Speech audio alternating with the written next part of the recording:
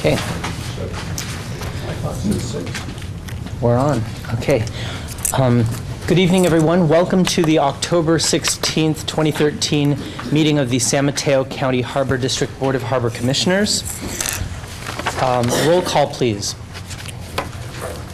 Commissioner Brennan? Here. Commissioner Holsinger? Here. Commissioner Paravano? Commissioner Tucker? Here. President Bernardo? Here. Thank you. So next on the item, our agenda is public comments and questions, and I have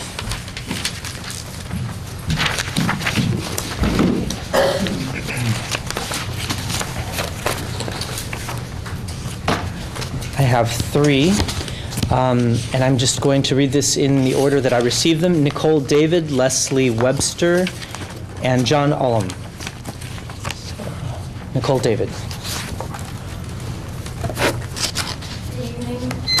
I would like to state a correction to the memo that was included in today's board packet, in which it says that my comment from the last meeting provided misleading information that could greatly impact the fishing community and the clean water flora.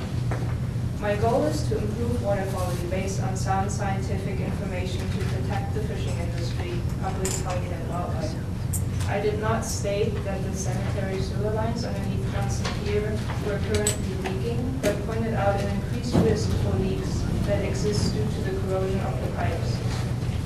That is why I fully supported Harbor Master Scott Rennie's recommendation to replace the pipes. I appreciated his effort to monitor the pipes and to shut off upstream sewer systems as soon as he becomes aware of a break, as it has happened in the past. When breaks or leaks occur, they are a significant source of pathogens to the waters of the harbor. I'm aware of ongoing water quality monitoring, but was only referring to a specific study on microbial source tracking in my comment on October 2nd. There are two very different things. To quote from my comment, here's what I said. I'm very familiar with the 2013 harbor study for which UC Davis conducted microbial source tracking.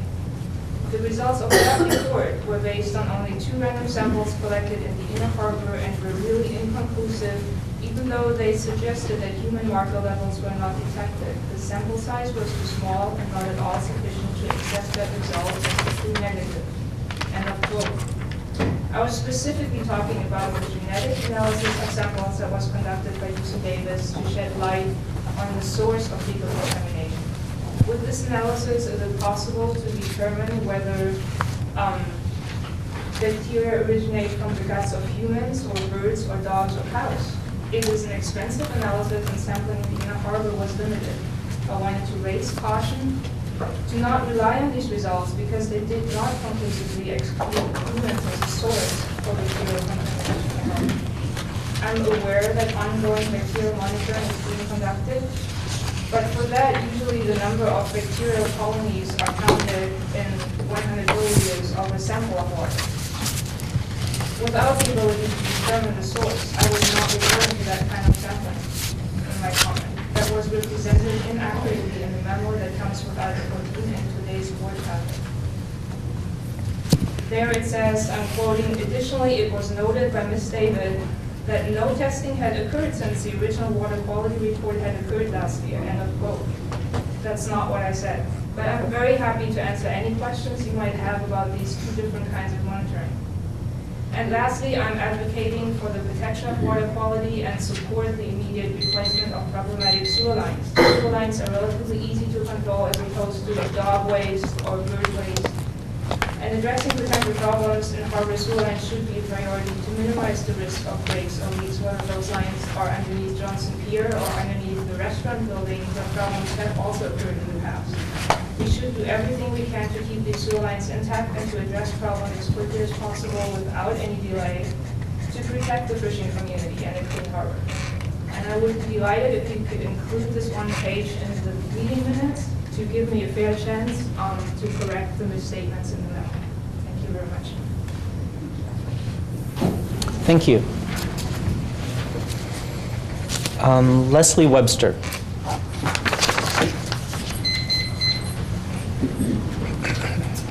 A few weeks ago, I started to email the commissioners about Pete's Harbor, and And then I realized it wasn't that easy to locate your email addresses. I'm puzzled as to why the commissioners don't have Harbor Commission emails. At the very least, there can be one commission address that automatically feeds to each commissioner. This seems logical, if only to cover yourselves and avoid possible legal problems. Thank you. Thank you. John Ullum?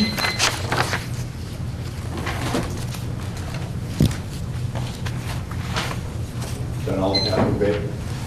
The last meeting, we sort of discussed my PRA request on redaction. And some really, actually, logical objections were raised. There were people in the past who were not here to say whether I could see their requests or not. So I sent you all an email this week asking you to consider just releasing requests that pertain to all of your record requests and some administrative things that would have occurred while all of you were sitting on the board. And I'm totally okay with redacting anything that would violate some other tax commissioners' confidence or however you would look at that. It's pretty obvious that somebody made a request for 5.5 hours of work. Now, I don't think she made it up 5.5 hours. And so I found it rather ironic that less than an hour after I had been denied that PRA request, Mr. Holsinger made the best arguments against it. He kind of came out an hour later and made a really good case for why I should have access to that kind of thing, because either we didn't charge for 5.5 hours of work that should have resulted in only a couple minutes of billable time, or somebody asked a really complicated question and it was done in a manner that I don't believe the board approved of. Thank you. Thank you. Next two speakers are Sean Cartwright and Joseph Rosas.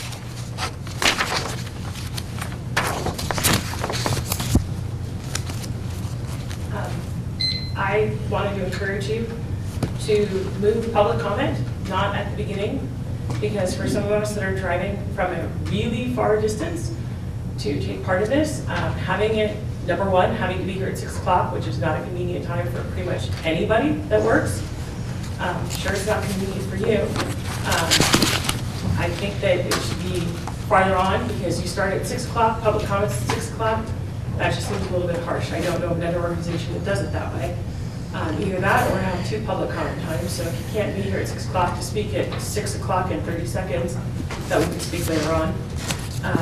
And then secondly, I do think that it should be that you all have the same email addresses. So it would be, Sabrina@harborcommission.com, Robert Bernardo, et cetera.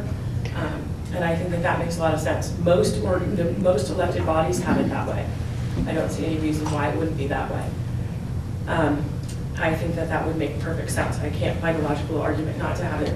I also think that this whole business of, no, we should all agree to go ahead and talk to the lawyer, and we all agree that if somebody goes to the lawyer, that we all have to agree first, except me, is BS, much like the application of Robert's rules, that they only apply when somebody else is using them, but not when you're using them.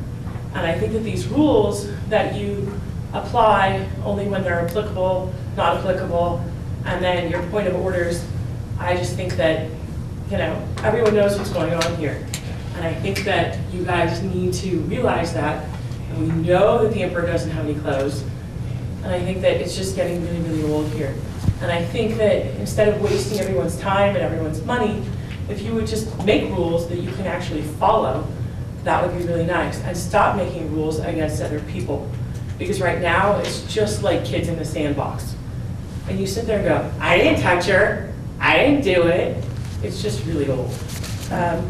I also wanted to say that last meeting, when the suggestion of mediation and getting together and you guys doing something to try and work out your differences sounded like a great idea. No one was immediately met with like, wait, who's gonna know what we do and how are we gonna do this? And everyone got really paranoid about it. That was really a sign of the sickness of what's going on with you guys as a commission. And if you don't realize how sad that looked to the rest of us and the sign of the dysfunction, then I don't know. I don't know what else could be a bigger sign to you. And please do that mediation and do it soon, because it's the people that elect you or don't elect you that are really the people that are suffering. Thank you. Joseph Rosas. Just two quick comments. First off, I'd like to agree with Sean on the timing of the meetings.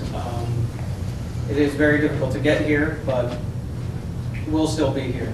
So not only are you making it difficult on the rest of the public, but you're probably making it pretty difficult on yourself. So it's probably in everyone's best interest to get the meeting back to the older time, 7 o'clock. And second, I also strongly encourage you to reconsider your mediation because the current issues and the personal issues among the board are getting around and concern is growing. So once again, for your own benefit, I would reconsider the mediation. Thank you. Okay, that concludes the public comments and questions. We have next on the item staff recognition.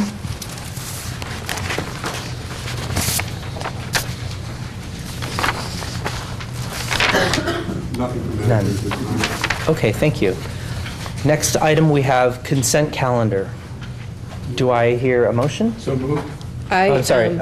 Did you have a question, Mr. I Green? had the recognition piece I was going to mention. Oh, you did. Oh, I'm sorry. Okay, let's back up. Let's. Sorry. Just to inform the board, there's an award coming for 3 of our deputy harbor masters and an assistant harbor master, as well as one of the state lifeguards. It was, if you recall, about a month ago or so, the cave rescue. And the award's coming from the California Association of Harbor Masters and Port Captains. And there'll be more coming. It's not till the 30th, but I wanted to let you know ahead of time. If there's interest in attending that award ceremony, please let me know soon. Thank you. And where is that? I'm sorry, where and what time, and do you have all that?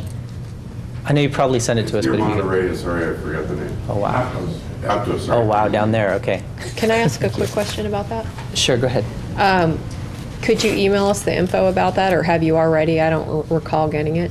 We'll send something out, but it won't be till probably Monday when I get back. And Jeff was the lifeguard, and who were the Harbor Patrol It guys? was, John Draper, Michael Williams, and Kerry Smith. And Jeff works for State Parks.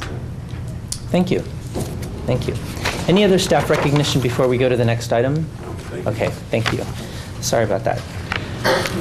Consent calendar. Okay, I hear a motion. Do I hear a second? I have some changes. Okay. It's time.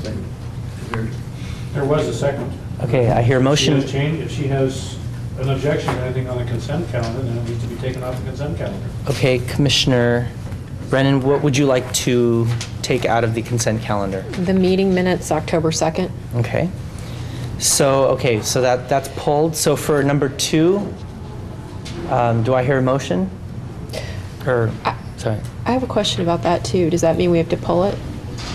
Yes, if you're not going to, I mean. Yeah, well, I'd like to pull it too then, if I Okay, can't so- get my question answered. Okay. So,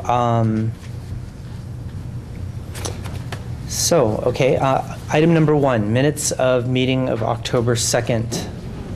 Commissioner Brennan, you had a few words you'd like to say about that? So now that we are doing our minutes differently, we are now following some version or let's say some interpretation of Robert's Rules of Order with regards to our minutes.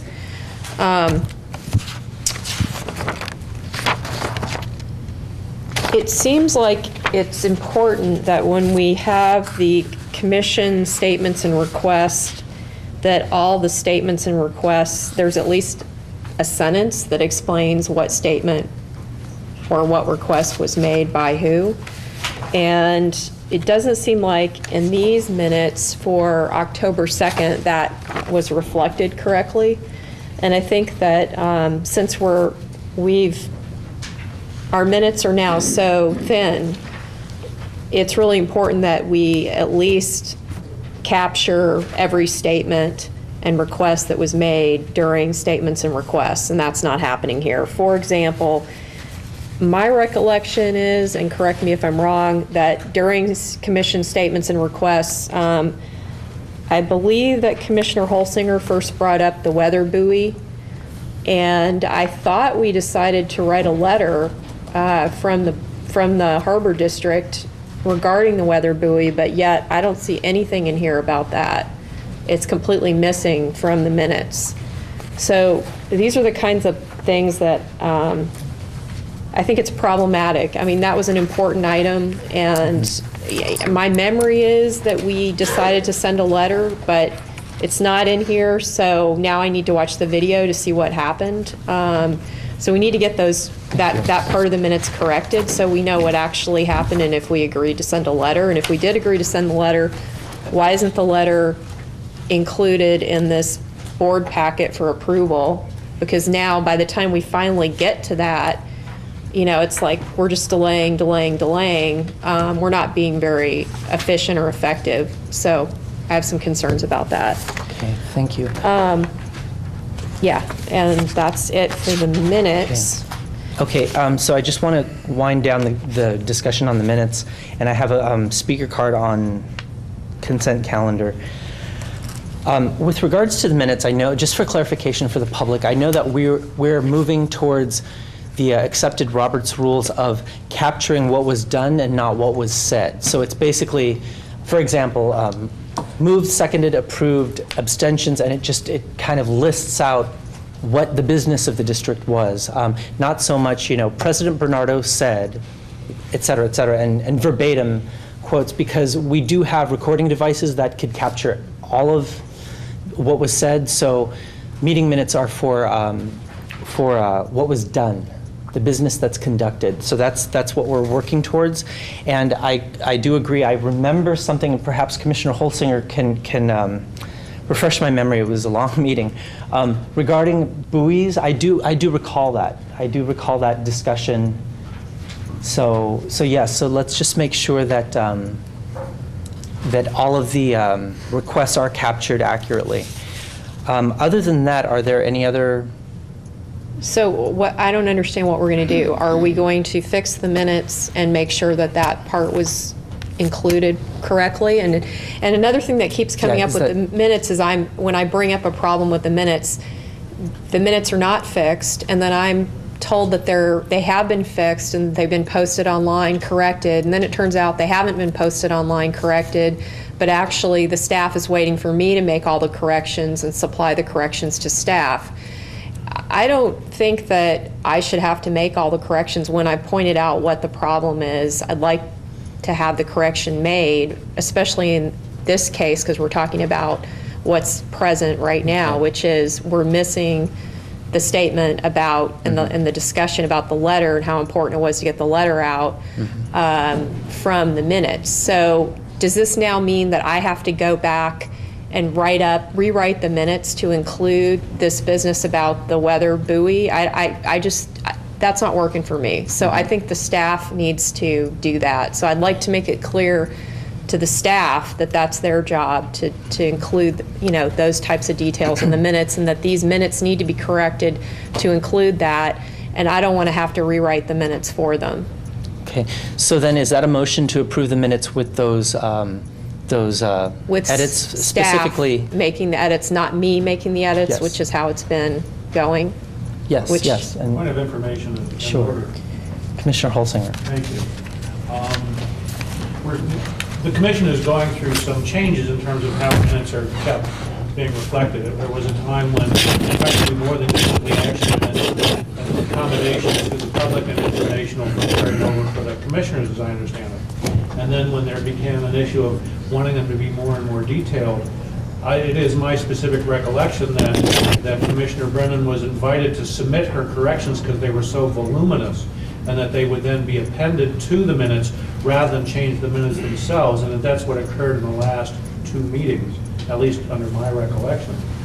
That being said, it seems to me that we're at a point in time where rather than the commissioners debating how to keep minutes and continuing to take minutes which should be perfunctory off of a consent calendar that we can perhaps turn to our legal counsel and seek some guidance on what needs to be on there, and if there are changes, how they're made. For instance, with Commissioner Brennan's extensive comments and changes over many meetings in the past several months, I've been concerned that while I have had the opportunity and time to read the minutes as written and as presented in the packet items, I'm never given an opportunity to see the changes after Commissioner Brennan's supposed changes are incorporated or added, and I therefore don't have an opportunity to approve or disapprove of them. So it creates confusion that simply is time-consuming and disruptive of the business of the commission. So I think it's appropriate to perhaps get some guidance from legal counsel, even guidance on Robert's Rules of Orders on the alternatives for minute keeping, and what's the proper procedure for taking them off the consent calendar, making corrections, and then having the corrections come back for full commission review and approval. It's an evolutionary process. I appreciate that, but it seems to me we need to be a little more careful about how we do that. And one final item, I hear we have a request for public comment on the minutes, and I have a question that I'd like to direct to council. Is, under Robert's Rules of Order or any stretch of the imagination, is it appropriate to have public comment on something such as approval of the minutes? It is up to the commissioners to, as I understand it, to approve or to modify the minutes, not to have public comment on it and make it a matter of debate and controversy. Can I ask that question now? Yes, I'm going to allow that. Now, I want to add on to that. I do want to say that I know that, you know, this has certainly been an evolutionary process, but we do, you know, I'd like to also go back to what our pattern of practice was before, you know, because I know we've gone through a lot of changes, and have that play a role also into what council finds. But council, would you like to comment on that? So let me make sure I understood the question. Is your question, should the public be allowed to comment on minutes? Yes, on the approval of minutes, whether they're on the consent calendar or taken off. And then the subject of a colloquy such as we're having here now.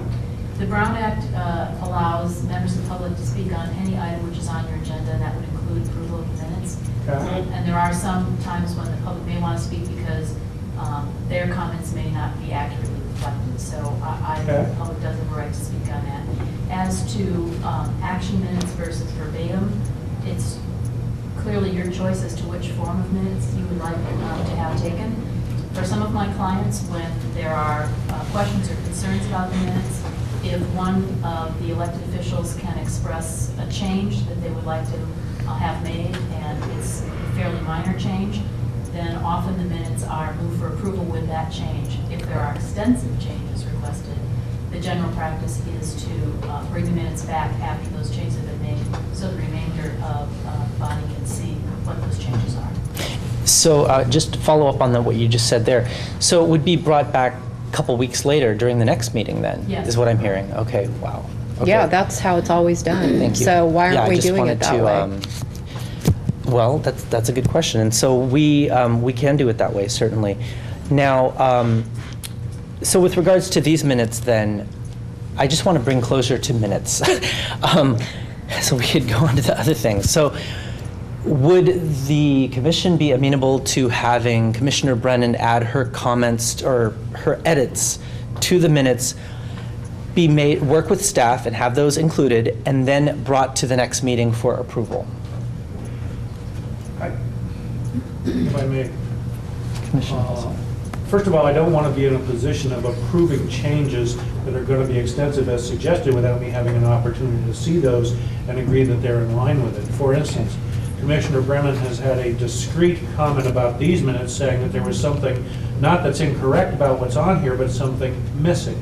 Mm-hmm. And so, in the ordinary course of events, I would suggest that having a reference to that be added would be a perfunctory thing. Staff could do it, and we wouldn't need to bring it back if it's that one thing. But if Commissioner Brennan wants to have more extensive comments and have that appended as her comments or addition to the meeting as solely her reference, I'm inclined to look at that with some leniency and say if she wants to supplement the minutes with her own comments, the question is why not whether we should. Mm-hmm. But if they're going to be added and I'm expected to be adopting them sight unseen, I'm not willing to do that. Would you be okay with track changes so you could see what the changes are if we did it that way? I know that's going to add extra work. I'm just but- concerned about the extra burden on staff on Right. trying to track that as they're sitting here dealing with it. Right. It makes, if the comments are extensive, it makes sense to ask the commissioner with the extensive comments, corrections, revisions, simply to provide theirs in written form to be appended to the minutes as otherwise approved with their comments, their objections about it. That's an appropriate public record. I don't have to approve her changes or corrections, and Commissioner Brennan in this case would be entitled to speak her mind about it without necessarily needing to have a majority vote to integrate them. I'm not understanding any of this. What I just heard Jean say was that if we want to make changes to the minutes, then the board should approve those changes at a following meeting, period. If we want to approve the minutes with a specific change, then we say what the specific change is, we agree to it, and we approve the minutes. It's those two choices. I'm not sure what Commissioner Holsinger just said. Didn't make that much sense to me. What I'm hearing, Commissioner Brennan, is here's my understanding of it, and please correct me if I did not hear this properly. But basically, the choice is one would be to work closely with staff to try to go through word for word and make it conform to exactly the way you understand it. That's one approach. The other approach is to accept the minutes, or not accept them, but to include the minutes and then include like an addendum of things that either, was incorrect or anything, and that would be included for the public record as well. So you're That's the other way. suggesting that in addition to correcting the minutes, which currently are missing an entire topic, that I should also, if I want to make additional comments and have them included with the minutes, that I should create a separate document with my name on it and ask that it be attached to the minutes? Is that? That was my understanding of Is that what what I I'm heard. hearing? That's what was my understanding. Unless unless the changes are relatively straightforward, and they're limited, so that we can all have some agreement and agree, for instance, to approve the minutes as corrected with that limited. When it becomes more extensive, I think that the onus or burden should be upon the commissioner who wants those extensive corrections or changes to submit in writing what those changes should be, and then it'll come up at a subsequent meeting, as has been suggested by council. No, that's not what we're going to do. As has been suggested by Commissioner, let him council. finish, please. And That's not what Jean Commissioner, just said. Commissioner, can we just have him This finish is like first, and then- ridiculous. Let's have him finish first, and let's, All right. please not interrupt one another, okay? And then when you speak, we won't have interruptions. Please finish. So if the comments or corrections are going to be more extensive, so that we're not able to finalize it at that meeting, that the onus should be on the commissioner who has the comments or corrections to provide that in writing to staff that can then either be integrated and do the redlining as has been suggested, so we can see that and then vote on it the next time, or be appended and either voted on. Again, even if I, as a commissioner, and let's say a majority of us don't want to incorporate the changes into the minutes, don't agree that it's appropriate, so that person's proposal for changes isn't accepted, I'm still inclined to accept the courtesy of allowing the commissioner to have those comments reflected in the minutes, even if they're not adopted. I have a I see comment what when you're it's my saying. turn. Yeah, when it's- thank you. Are you finished, Commissioner Holsinger? Yeah. Okay, thank you. Commissioner Brennan. So some of us are busy. I know, Yes. I know I am. I know other people on this board are. I don't always have time to write up a report in advance of a meeting. So that's not an option for me. I don't have time to write up a report. I might be traveling for work or have something going on and need to bring up my concern about the minutes at the actual meeting where we are reviewing the minutes. So I am not in agreement that if what I'm hearing, if I'm understanding what I'm hearing, which is, and I hope I don't have to hear it again because we've heard it twice now. If I'm understanding this correctly, the suggestion is that that commissioners should have to bring a report and provide it to the full board before the meeting. None of that makes any sense to me. I want to bring up issues with the minutes when they're in the board packet, just like we always have done. And I'm not at all okay with having to produce a report in advance of discussing the minutes at the meeting where the minutes are on the agenda and in the board packet. Okay, I hear what you're saying, and here's my question from a sort of a pragmatic perspective. If there are a lot of edits to the minutes, could that not eat up a lot of our meeting time, just going through edits word for word on minutes? I mean, that could take a This considerable... discussion is eating up a lot of our meeting time. I agree, and that's why I want to try to find a resolution or a compromise. Mr. All I Brunel. asked for was to add something that was missing. Can we move on to the next agenda item? That would be great, if we could keep the Okay. meeting moving. Okay, so Commissioner Brennan, your amendment then, using words from Commissioner Holsinger, your amendment to this meeting minutes would be to include what was left out, which was the buoys, correct? Yes. Okay. That's all I asked for. Thank you for clarification. you. Okay, commissioners, would you be okay with approving the minutes with that change? Do I hear a motion? I believe you've framed the motion for her. She's adopted it. Now the Okay. question is whether there's a second. Okay, do I hear a second? I second. Okay, I have a second. All in favor, say aye. Aye. Question of the motion? Yes. We're adding the weather buoy? Correct. That's the amendment we're making. Is that the sole amendment? That's what I heard. That's the only change that's been made. Thank you. Okay, so all in favor? Aye. Say aye. Aye. All opposed? Okay, motion passes. Thank you. Thank you. Thank you. Okay. We are at consent calendar item 2, updated list of signature. I'm sorry, you know what? The public comment for item number 1. Let's do this, and then let's move on to number 2. Sean Cartwright.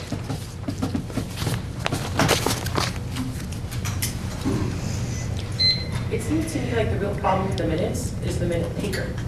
So when you keep saying, well, we don't want staff to have to take up all this time to correct the minutes, the problem is if the minutes were accurate to begin with, then you wouldn't have the problem with going back and making the minutes accurate.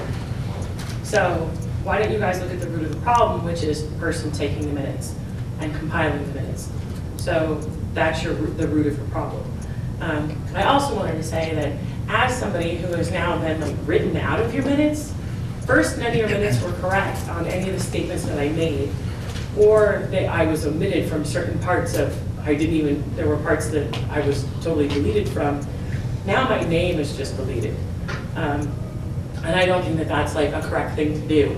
I think that if the public comes and makes a comment, that it should say, this person came and said this. You could narrow it down, you could paraphrase what we said, but what you've done now, I think is, I don't know if it violates the Brown Act, don't know if it, what it violates, but I think it definitely just violates free speech and common sense and common decency.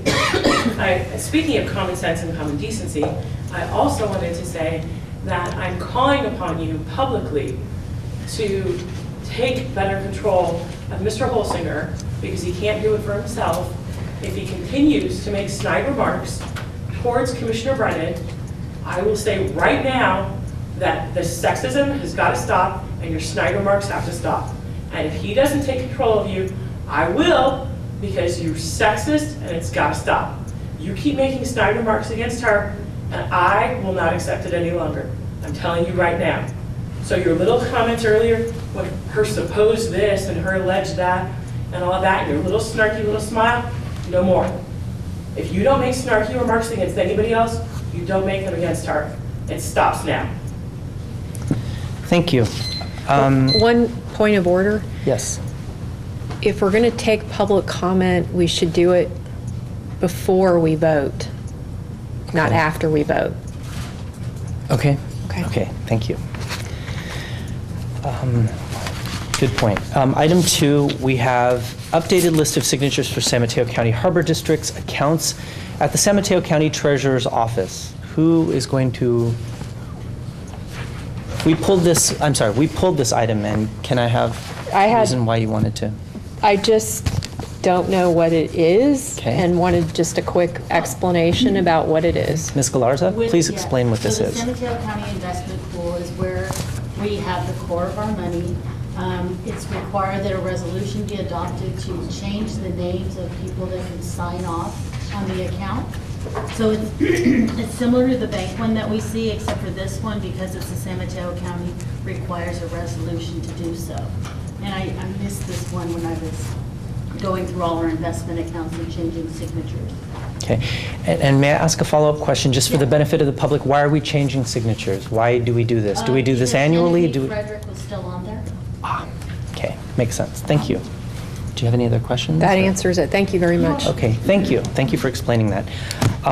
Do I hear a motion for item 2 on consent calendar? I move that we approve. Thank you. I hear a motion. Do I hear a second? Okay, I hear a second. Motion and a second. Since this is dealing with signatures about money, let's have a roll call, please.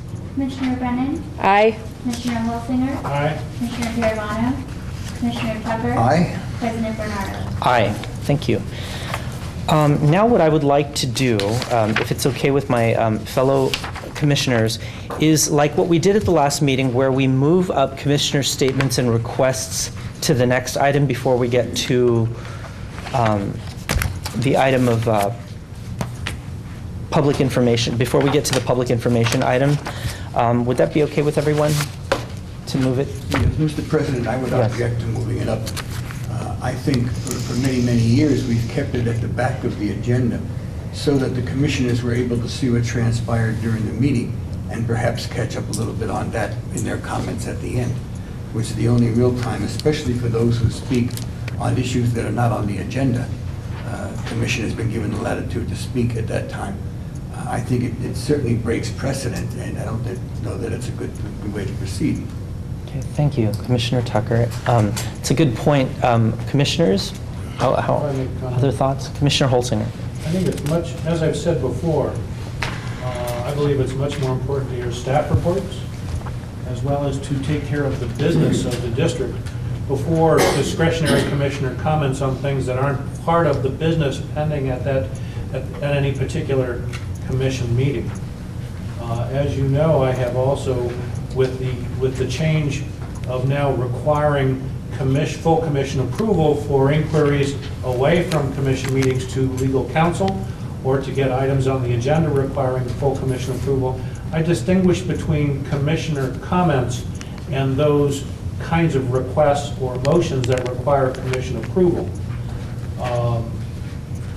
I certainly think that depending upon what the full agenda is, some measure of discretion should be invested in the president of the commission to advance those things if you're aware of them. But I think we should give our best offices to get the business before us at hand taken care of. So I would object to moving commissioner comments to the beginning of the agenda. It belongs at the end. As to commissioner requests or motions that require other commission approval, that's a separate matter and more of a moving target in terms of what we do or don't do. I'd ask you to distinguish between the two. Okay, so what I'm hearing is you would like to separate out statements and requests and separate them out. Yes. Okay. Commissioner Brennan.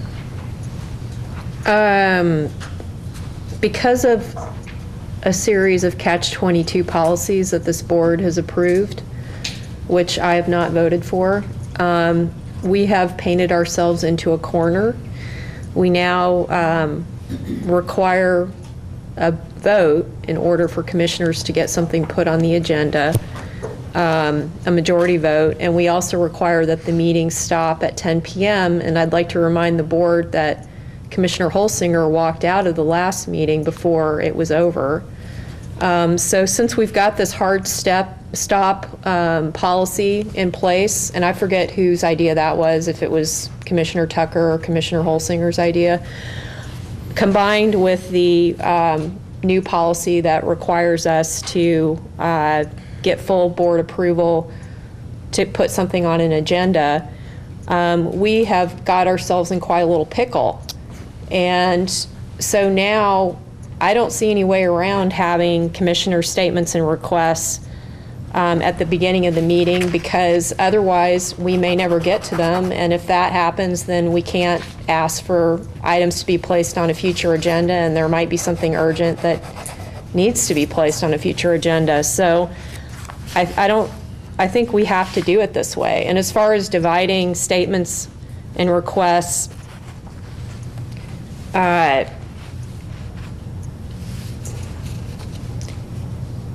that sounds complicated to me, and I think we'd have to put that on the agenda for the board to vote on, and there'd have to be some very clear explanation about how that was going to work, and we're not going to decide that at this meeting.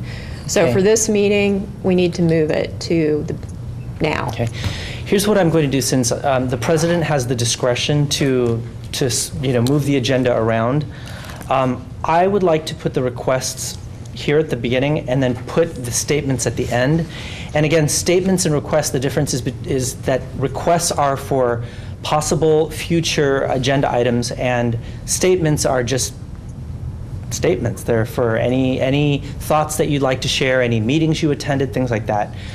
So I would like to do that. I'm going to split them, and we're going to put requests here, and then statements will be at the end. So let's just go down the line here on requests. Commissioner Holsinger. Yes, I do have a request, Okay. and I did have time. It came up as a result of the reference to the website. At the last meeting, I went back and looked at the website. There was something that told me about it, so I put my thoughts and my request in writing, and I'll provide it to legal counsel and to staff so they have a record. And this is under the heading of use of public agency website by elected officials to promote social media, business, political, and personal websites. Here are my questions. Is it a misuse of a public agency's resources for an elected official to promote his or her own social media, business, political, and personal websites and email addresses on the agency's public website? Secondly, is it improper for the elected official to verbally promote his or her own political website during regular business meetings of the public agency?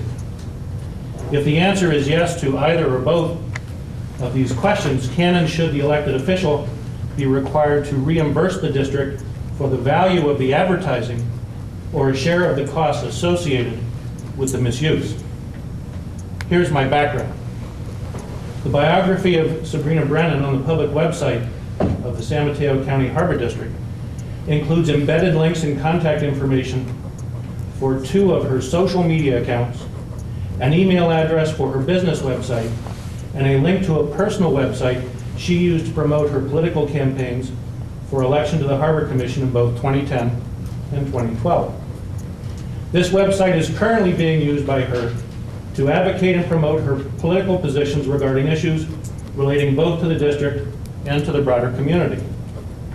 Additionally, during at least 2 videotaped business meetings of the district in 2013, Brennan encouraged people to visit her website, reciting her website address each time. Here's my discussion, my concerns. The California Supreme Court has held that it is a misuse of public resources to promote a particular position on a political issue, and that the public servant responsible for the misuse of a public agency's resources can be required to reimburse the public agency. The State Attorney General's posted guidelines also indicate that a public agency's resources are misused when the expense is for personal gain, whether financial or otherwise, rather than legitimate agency business. Commissioner Brennan's advertising of her personal, business, and political email addresses and websites on the district's public website appears to be for the primary, if not sole, purpose of promoting her personal interests and agenda rather than strictly for informational purposes relating to the public agency on whose governing board she was elected to serve. Here's my conclusion before I make my request. The San Mateo County Harbor District should determine whether the placement of this information on the district's website is a misuse of its resources and should be removed. A similar inquiry should be made regarding the verbal promotion by Brennan of her personal website at videotaped district meetings. Before referring this matter to the State Attorney General, the Fair Political Practices Commission, or the San Mateo County District Attorney's Office for consideration and possible action. It seems appropriate to have the district's legal counsel first research and evaluate the matter and then report back to the board. So here's my motion. A motion is hereby made to authorize and direct the district's legal counsel to consider these questions and to report back to the Board of Commissioners at the next regularly scheduled meeting. And I then have a personal comment. If this is appropriate, if this kind of advertising and use of the district's website is appropriate, then I would then embed my contact information for my business on the district's website. I would want to embed and promote my political campaign website for the upcoming election next year. And it seems to me, if we're going to be fair to the public and other possible candidates for this office, we should be in a position to allow candidates to do this as well too. And if there is a value or cost for this that we're going to charge non-incumbents, the incumbents should be charged as well too. So I have what I've written printed out here again for legal counsel, again for the staff so they have a complete record of it. And I would ask for a second to this motion. Can you repeat the motion, please? Yes. A motion is hereby made to authorize and direct the district's legal counsel to consider these questions, there were 3 at the beginning, and to report back to the Board of Commissioners at the next regularly scheduled meeting. So I'm asking for approval of expenditure of district funds for legal counsel to evaluate these matters, and to report back, and that this be on the agenda next meeting. I'll second the motion. Okay, I have a motion and second. Are there questions? I have a question. I have comments. You can go first. Sure. No, I should go last. Okay. Go ahead. So it sounds a little bit like a personal attack, and I'm not sure that this is really how we should be using council's time and our district's money. I would suggest that Commissioner Holsinger, since he is an attorney, he deal with it on his own time. He knows how to contact the agencies that he just listed, like the district attorney and yada, yada, yada himself. And he could follow up on this since he is a lawyer and handle it himself without costing the district any money. Then he could come back and give us a report, or he could have the DA come in, or whatever, however it needs to work. So that would be my suggestion. I don't think that we should waste money on this. And the other note about the email addresses is right now, none of the commissioners have Harbor District email addresses. So every single one of us is using personal email address, and that's the way it's always been on this board. I personally think that we should have official Harbor District email addresses. I'm sorry not to cut you off, Commissioner Brennan, but we're on a different topic now. No, so he mentioned the email address. Point of order, please. Yeah. This is for questions about the motion. This is not for debate or expressions of opinion on the motion. Okay, that's true. That's true. Do you have any questions for regarding this item?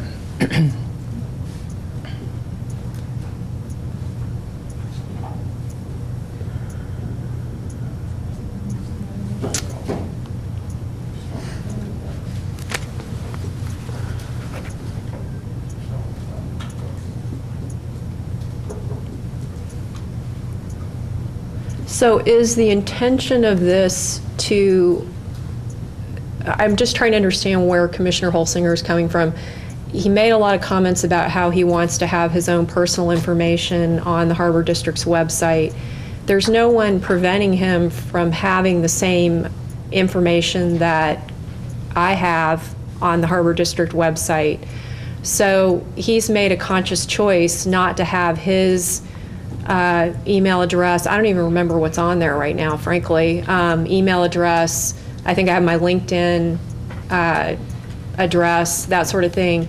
He has chosen not to include that information on the Harbor District website. So I'm confused. It sounds like he wants to have that information on the website because he's concerned about the upcoming election in 2014. Is that what this is about? Or is he trying to limit the amount of information on the website. So I want to know, does he want to limit the info, or does he want to have more info for everybody? Commissioner Holsinger, would you like to clarify your? I have a concern that allowing this embedded information on our district's website is a misuse of public resources. I have a concern that if we continue to allow it, there may be an exposure for financial responsibility to the district, not only by the commissioner who put it up, but by the rest of the commission who allows it to stay up. Indeed, I have such a concern about that I have not put that information on my bio to be posted on the website. If I'm wrong, and I'm just one person with one opinion, and not an official opinion for the district, I'm not legal counsel for the district, and I put that up, then I create even further and greater risk and exposure for me. And because I'm a licensed attorney, that could have more serious consequences for me than someone who's simply who's not an attorney. So I want to take the prudent course of action and determine whether or not we can get an opinion from our district legal counsel whether this is appropriate or not. If it's appropriate, then I feel I can act on it. I can act and rely upon that. If it's not appropriate, then we should take action, because otherwise the rest of the commission faces the risk of also being equally in violation for allowing this to continue. Got it. Okay, thank you. I have a quick, just a quick question on this item to council. Based on what you've heard tonight, how much time do you think it would take to do something like this if you were to embark upon this type of, research? How many hours? How many hours approximately? It would probably take us several hours. Like 10? I don't think it would take us 10 hours. Have you guys done this research before, that maybe you could use some information that you already have available? I don't think we've been asked this direct question, but we have been asked other similar questions in the past. Could you advise us now on what would be appropriate for the website so that we don't have to go down this rigmarole path? I don't think I could answer all the questions that have been posed. Okay. So you would like to bill us for less than 10 hours to look into this? I will do whatever the commission instructs. Okay. Okay. Thank you. Okay, we have a motion and a second. If there aren't any more questions, can we, and since this would involve district funds because it's it would be about billable hours, so let's do a roll call on this. Commissioner Brennan, I'm going to abstain. Commissioner Holsinger, Aye. Commissioner Carvana, Commissioner Tucker, Aye. President Bernardo. Aye. So it passes with one abstention. Well, and just point of order information on that. Yes. I guess I have a question whether or not Commissioner Brennan is appropriate to abstain, or whether she's recused from participating in it because it focuses on her. We've already had the vote. We have the majority necessary, but Right. When this comes up next, Okay. the next meeting, whether or not she needs to, I think one of the questions need to be whether or not she should be recused from participating in this discussion and this question. Thank you for raising that, and I'm sure at that point, if we get to that point, Commissioner Brennan will make whatever choice she feels necessary on that. Maybe Jean could clarify that right now. She's sitting here getting paid Okay. $200 an hour. Why doesn't she just tell us? Okay, thank you. Jean, could you please clarify that? Do I need to recuse or abstain? If I choose to abstain, is that acceptable, or should I be recusing myself? You may always choose to abstain if you don't feel Right, it's appropriate. but do you think I need to recuse for any reason? Recusal would be required if you have a financial conflict of interest. And sitting here now, I can't opine on that. You can't Because think of one? I haven't done any of the research. Can we add as that to the her questions that have been question to posed. be answered for next, when this comes up again? Well, that sounds like a new motion It's- to me. yeah. It sounds like a whole new motion. Okay, all right. Because we've already approved All right. a motion. It also sounds like more billable hours to me. Okay, at $200 an hour approximately. So, but worth every penny. So, okay, I'm sorry, we are now, Commissioner Holsinger, we were at Commissioner's request. Does that That was- conclude that your was all, request? thank you. Okay, thank you. Commissioner Tucker? I have no requests that require motions. I have statements that I'll make at the appropriate time. Okay, thank you. Commissioner Brennan, requests? Yes. Well, one request I already made, which was to please include the weather buoy discussion and letter in the minutes, so we've already talked about that. Another one is I would like to request that we get an estimate from the San Mateo County Elections Office for the 2014 election costs, because I believe our election costs are going to be going up, and I think it's important to get a quote from them so we can anticipate what that cost will be, particularly because this will be the first election where the Board of Supervisors is not, is going to have, I believe it's the first election where the supervisors are going to have district elections versus at-large elections. So it's going to change our costs since we have our at-large elections. So I think we need to get a handle on that and find out what the expectation is for 2014 as well as 2016. I'd like to add that in there too. So that's a staff request. I'm hearing that that's a staff request. Yeah, so that's a staff request. And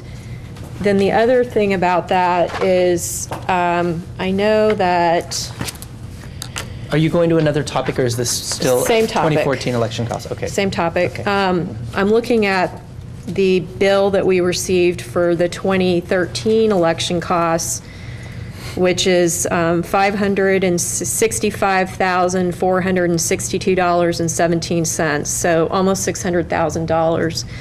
And I understand from speaking with finance that the elections office was not inclined to give us allow us to pay incrementally. They wanted to have one big payment.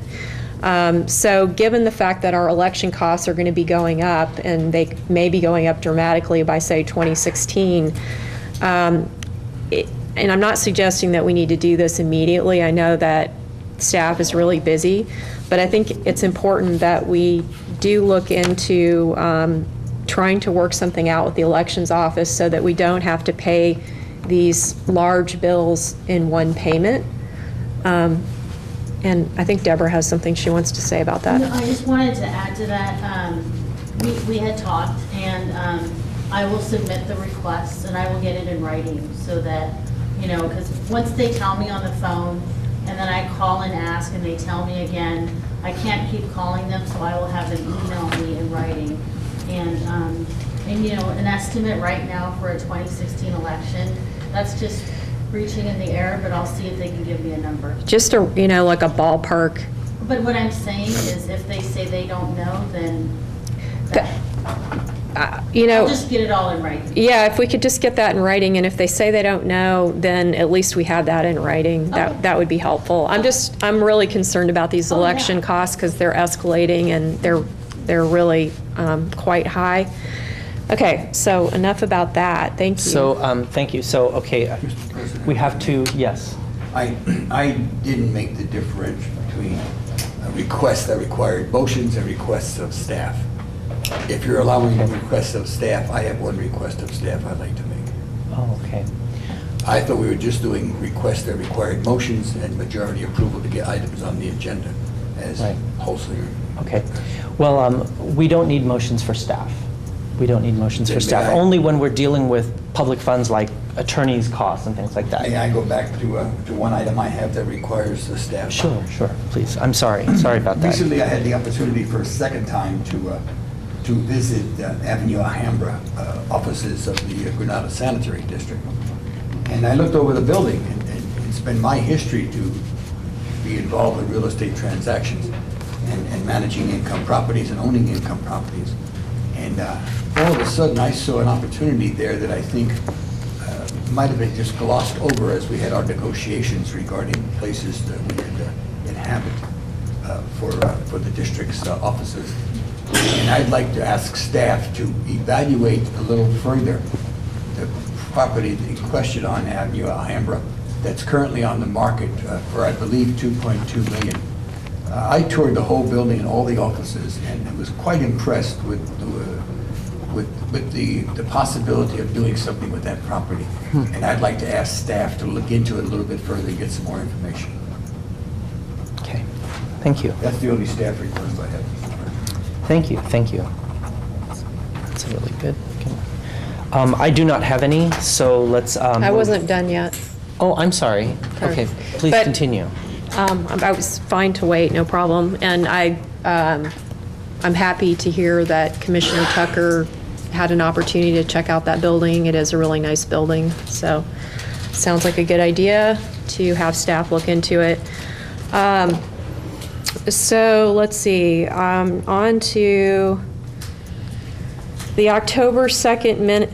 Yeah, let's see. Okay, how do I explain this? In our board packet tonight, we have a letter included at the very last page, which is a letter from Nicole David, which was presented to the board at the October 2nd meeting.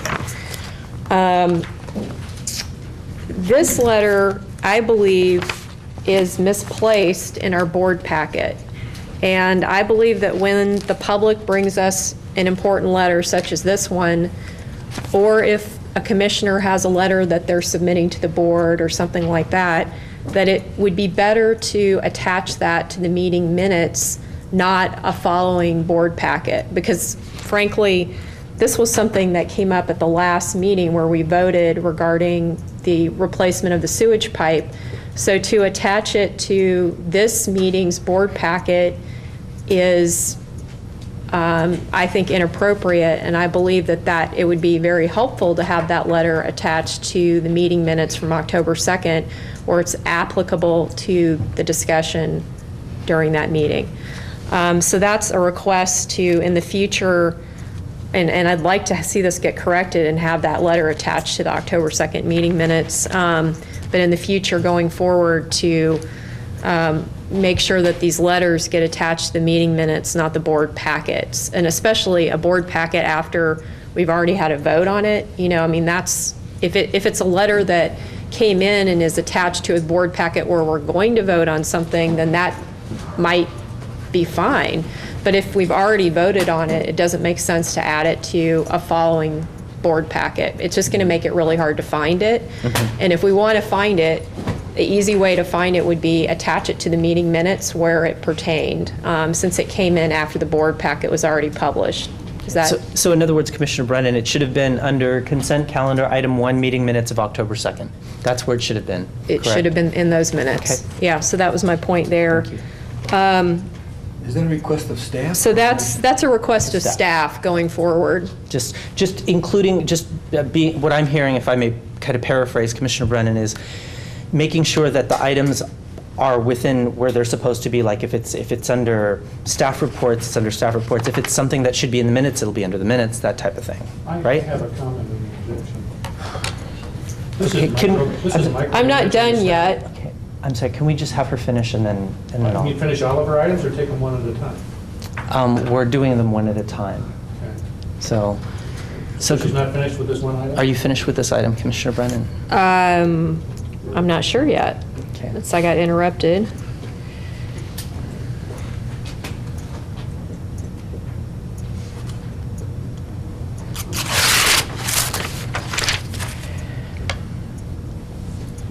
No, I'm moving to another item. So if you want to interrupt now, go ahead. Thank you. Commissioner Holsinger, you I had... don't think this is an appropriate request of staff, and I would object to it as being something to be adopted by this commission. This is micromanaging the staff's conduct of the business and putting together the packet. It was in there, and whether it's not part of the minutes, it's part of what a member of the public submitted. And if a staff member, as part of their report, chooses to respond to it, that's staff. Having a commissioner, a single commissioner, direct staff as to how to prepare for a meeting or what to include in a board packet is very inappropriate. Can I comment back? This really isn't supposed to be a conversation, these types of Well, I feel like I deliberations. have to because I was just But I will have you, attacked. okay, but Commissioner Brennan, I'll please Okay. respond to that. Thank you. And then I'm going to say one last thing on this, and then Okay. we're going to move on. So when members of the public come with letters to meetings, I know we've had fishermen showing up with letters or with documentation that they think is important for us to review. What I'm saying is I would like to see that information attached to the meeting minutes so that it doesn't get lost because it's relevant to those minutes, that's all. Okay, thank you. And I think that this is just a friendly reminder to staff. And you're not really directing staff to do anything in particular, but it's a good friendly reminder. And I do agree, we are not going to micromanage meeting minutes. So Commissioner Brennan, please continue with your commissioner's requests. Okay. I would like to request a report from staff on the September 11th South San Francisco City Council meeting, which was attended by General Manager Peter Grinnell as well as Board President Robert Bernardo, because I feel that what has been included in the General Manager's report doesn't give me enough information to understand what happened there at that meeting. And I could say a whole lot more about that, but I think I could save it for statements later. Robert, you and I have had some emails back and forth about how confusing that was. Just reading that in the General Manager's report, there's just no clarification about, what happened there and why that was an important meeting and what got decided and how it affects the Harbor District. And so I think for the public and also for the board, we really need a report on what happened at that meeting. And Commissioner Brennan, can that be a verbal report, or does it have to be a written report? Can General Manager Grinnell just give you an overview? Or? Yeah, that would be fine. And then I'd like to ask questions, but I'd like to, I'd like to do it. I could do it now, or during statements. But I think it's important for the public to understand because there's a lot of money that's changing hands, and because there's financial implications, I don't think a couple paragraphs buried in the General Manager's report is adequate for public information. Okay, would it be okay for General Manager Grinnell to talk about this in further detail during his General Manager's report instead of right now? Sure, if he wants to tackle it tonight, and then I'd like to be able to ask my questions. I've got a number of them, as you know. Okay. Whenever you think it's appropriate. Yeah, I just want to make sure we put it in the agenda properly. I just don't think this is the moment for that discussion right now, but please continue with your Okay, so that was a request. And then I think I've only got one more thing here. I'd like to request that staff provide the harbor commissioners with Harbor District email addresses. We are employees of the Harbor District. We do get a paycheck. Granted, it's not a large one, but we do get a paycheck, and some of us do take benefits. So I think that we should have an email address just like every other employee with the Harbor District. We're the only employees that I know of that don't have email addresses. Maybe there's a couple I'm missing, but as far as I know, we're the only ones without Harbor District email addresses. I would like one, and I would like to be communicating with my other board members via their district email address, not their personal email addresses. I think we should conduct business that way, and I think there are lots of examples of why that's important. And if we need to have Jean come back and explain to us why boards do that, I mean, whatever. But I just, I think it's a no-brainer, and I want my email address. Can we have, would you be okay if staff were to prepare a report? Before we go to Jean, can we have staff prepare an initial report or a survey? Because I could think of at least one body, the San Mateo County Office of Education or the Board of Education, where they do it differently. They don't have, Board of Education emails, they do it through a point of, just a single point of contact for 7 Board of Education members. They do it a little bit differently. And I'd like to just have a survey, because I'd like to see how other agencies do it before we just go into one particular method of I don't email. think that they, well, I won't speak for them, but since we're employees and they're not, No, I'm talking about the Board of Education, the elected body of they're not the county. employees. We are employees. So We're elected. I'm sorry, are we? But we get a paycheck. We're employees of the Harbor District. Technically, we are employees. Jean, am I right? Technically, we're employees? Yes. Technically, we're employees. Okay. The Board of Education directors or board member, whatever they're called, they are not employees. We are employees. It's well different. Then, okay, well then, in that case, if back to what my previous thing, I'd like to have staff prepare a report on this then, instead of just us unilaterally kind of launching into this. Well, I think that's a waste of time to get a report on it. So I disagree. However, I understand your That's just my position. Yeah, I'm sorry, I understand your position. I don't agree with your position. I respect your position, but I don't agree with it. Okay. I just would like to get my email address ASAP. So Okay. as soon as possible, I'm an employee. I want an email address just like every other employee with the Harbor District. Okay. Any comments on this topic, commissioners? So you would like an email, so SM Harbor, so it would be in the nomenclature of, it would be like sbrennan@smharbor.com. That's Just what you're like- requesting. The same format as every other employee, no different. Exactly how all the other employees are with my name instead of their name. No, I mean, this is not complicated. Okay, well, then work with staff to see how you could get that to happen. I don't know how the technical piece works with that and how that, I wouldn't even know how that works. I'm but- sure IT just needs to set it up. It'll probably take them about 30 seconds, and then I can have... Mr. President, I would like a Yes. board action on this so that staff has clear direction from a majority of the board. Okay. Okay. Whether we should So be involved in this. do I need to make a motion?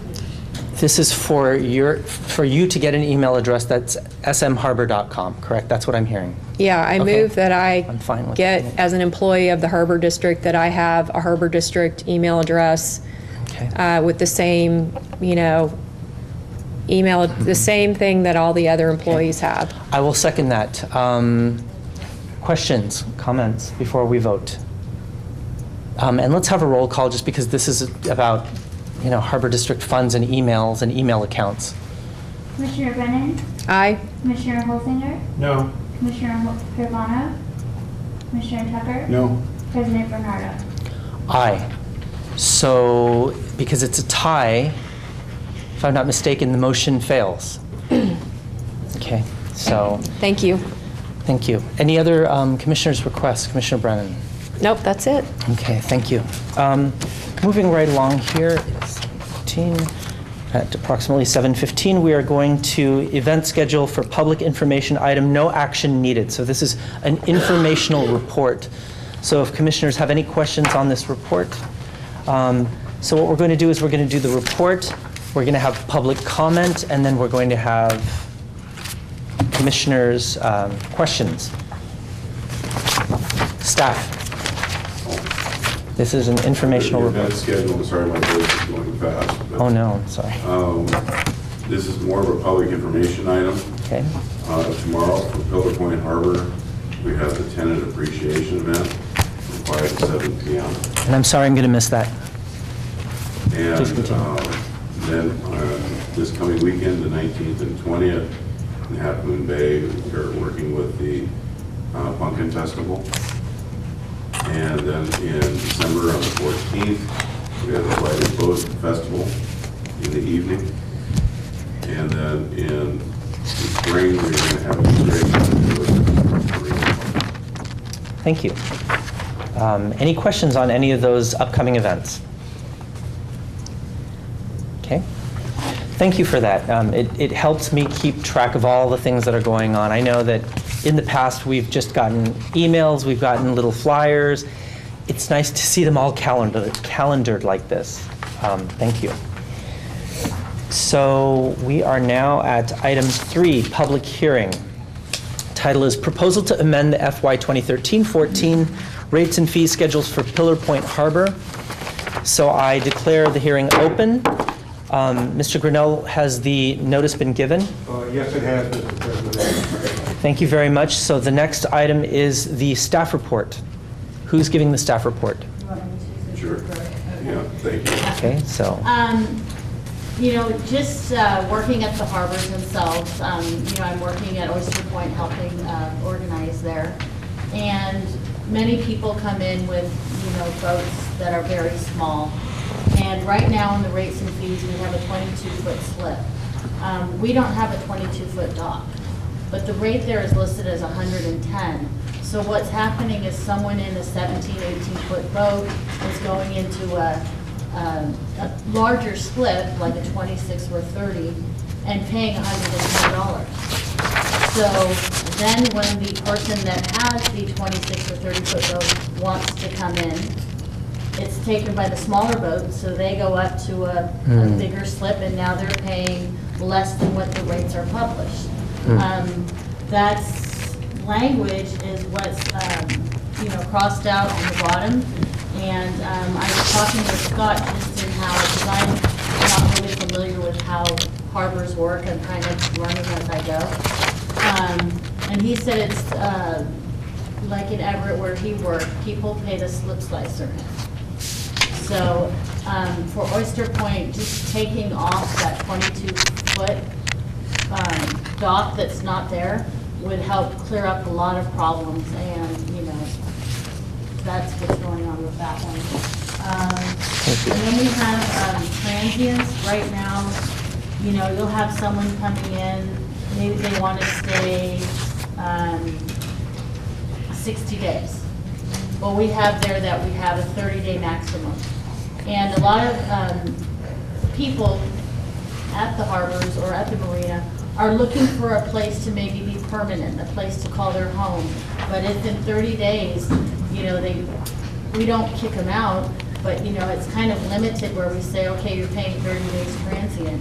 I think what Scott was and I were talking about is if you give them 90 days, it gives them more options to, you know, decide, do I want to stay? Is my boat seaworthy enough to get a slip and things like that. To make another comment Yeah. too, what also occurs is often you have someone waiting for a slip to vacate that they know is going to vacate, but maybe it's 2 months out, and they're waiting to get maybe a live aboard space or something. So they're in line, and it's better that they're at our dock in line than having to go somewhere else and come back. Makes sense. I think that was. And then there were other minor changes, like one for adding voice recording, because we're going to podcast, and we, you know, how do we offer that to the public? So we updated that. So those are the changes that we proposed. They seem to be very pragmatic changes. Thank you. There are no speaker cards on item number 3. So are there any questions from my fellow commissioners? I just have a couple quick ones. Mr. Brennan? So with the voice recording, we're not charging people for that. You just added it as language in here, is that right? Well, it says, I think it says a minimum charge. I mean, if they want a CD, we're going to charge them because we had to buy the CD. But don't you usually just email the voice If we recording? email things, like if we email packets and things like that, we don't charge people for emails. And the voice recordings are going to be made available on the website. They are, but some people want a disc, some people. Downloaded. Just like people, you know, want a DVD and. Okay. Blu-ray. Okay, so I guess somehow I didn't really follow exactly what you were describing at the beginning about how a boat might be in a slip that's too large for that boat. So is that boat then paying the lower rate? The cost of the slip that they should have but isn't available? Correct. I can respond, hopefully, keep my voice here. What happens often is that maybe the slip that they need is not available, and yet they may know it's coming. So what they do is they would rent into the next size up or whatever's available because they want to stay. And the intent would be is then they would go back to that size when it becomes appropriate. So we want to be able to charge them for the slip they're in, size-wise. Because some people, once they're in, they say, I really like this big slip, I don't want to leave. And, you know, if you're a boater, it's one of those things where once you have a big slip bigger than your boat, a lot of times that's really nice. But that's not, they're not paying for that bigger slip like they should be.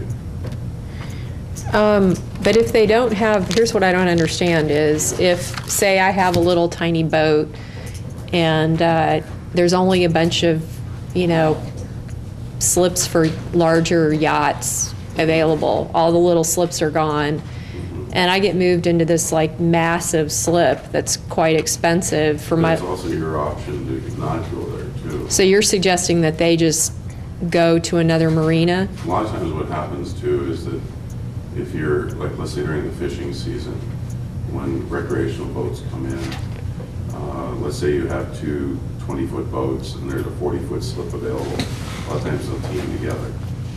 So they're renting the one slip, they're both in the same slip.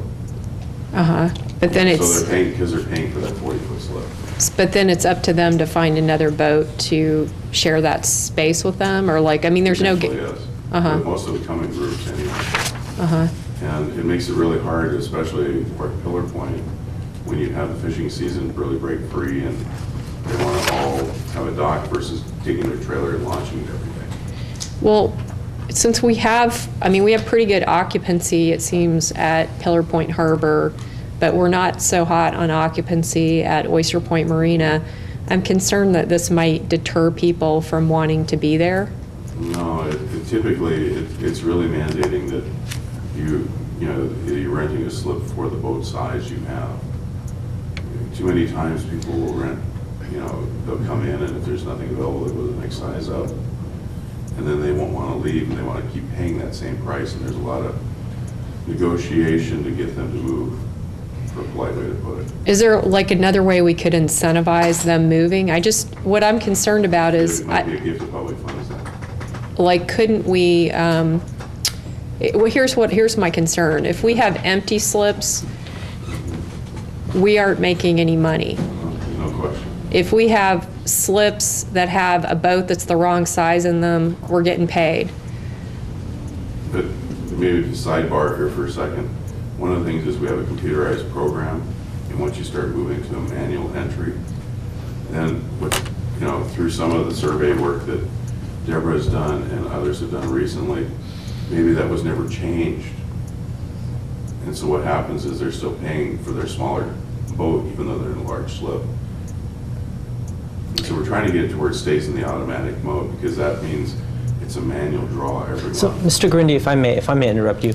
So it's a fairness issue. What I'm hearing, it's a fairness issue. You don't want people who are in smaller boats going in large slips and paying for that smaller price, because it's not fair to those with the bigger boats who are paying a much larger price, Right. correct?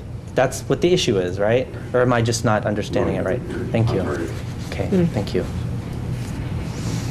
I'm sorry, please continue. That's it. I'd like to move the close public hearing.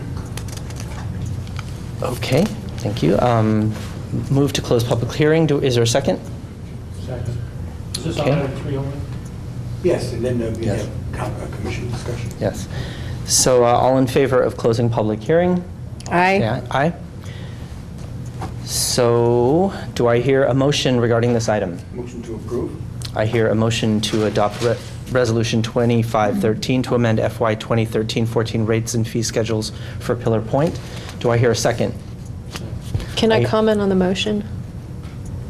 Sure, after this. So we have a motion and a second. Please, go ahead. I have gotten complaints from the public about, these are boat owners, about the fact that they have been told that they have to go to a slip that is not the appropriate size for their boat, and that they've actually had to pay for the larger slip size. So have we been charging, I'm confused now, because it seems like we must have been charging some people for the larger slip size already, or I wouldn't have gotten those emails from people. Has there been some instances of charging smaller boats for larger slips already? some boats that stay in larger slips choose to stay in them, and then we raise their rates. So that's how you've been dealing with And it? people complain because they've been paying $110 a month, and now they're paying $315. And they complain because they don't like it. And. But you know, you've given them an option to move to another slip? Yeah, sometimes they want to stay, but if there's no slip available, you know, and you're taking up a bigger slip, and then you're, you know, Oyster Point Marina is a great, you know, example. The beautiful Dock 11 is, has beautiful 45-foot slips and 3 40-feet slips. Everybody wants to go to Dock 11. Every single person, whether you're a 30-foot boat or a 45-foot boat or a 40, well, guess what? Because we have 3 40-foot slips, and here comes someone with a 40-foot a boat, and oh, only 3 of that entire dock. Oh, they're all taken. So what does the rates and fees say right now? It says, oh, well, you're a 40-foot boat, well, we're going to put you in a 45-foot slip, but you know what? Since your 40-foot's not available, one of those, you know, those 3 are all occupied, we'll charge you 40. So now we've got this, you know, they should have either, A, never put 3 40-foot slips on there, but I'm not a designer, or B, they should, you know, that you're losing revenue there because you have a very desirable dock, but because of this language, you are only getting 40-foot prices for your 45-foot slip. And the 45-foot slips are all full? Pretty much. I did the board. I'm working on the board. They're. But they have some they have some smaller boats in them? The problem is that, you know, maybe then all of a sudden the 45 comes in and there's none available because they're already taken up, but maybe it's a smaller boat. Okay. And so you guys think this is really going to solve the problem and help? Okay. Thank you. Thank you. It takes away a lot of negotiational issues that seem to happen. Thank you. So let's have a roll call, please. Commissioner Brennan? Aye. Commissioner Holsinger? Aye. Commissioner Pervano? Commissioner Tucker? President Bernardo? Aye. So all opposed? None. So motion passes unanimously. Item number 4, proposed to amend FY 2013-14 rates and fees schedules for Oyster Point Marina.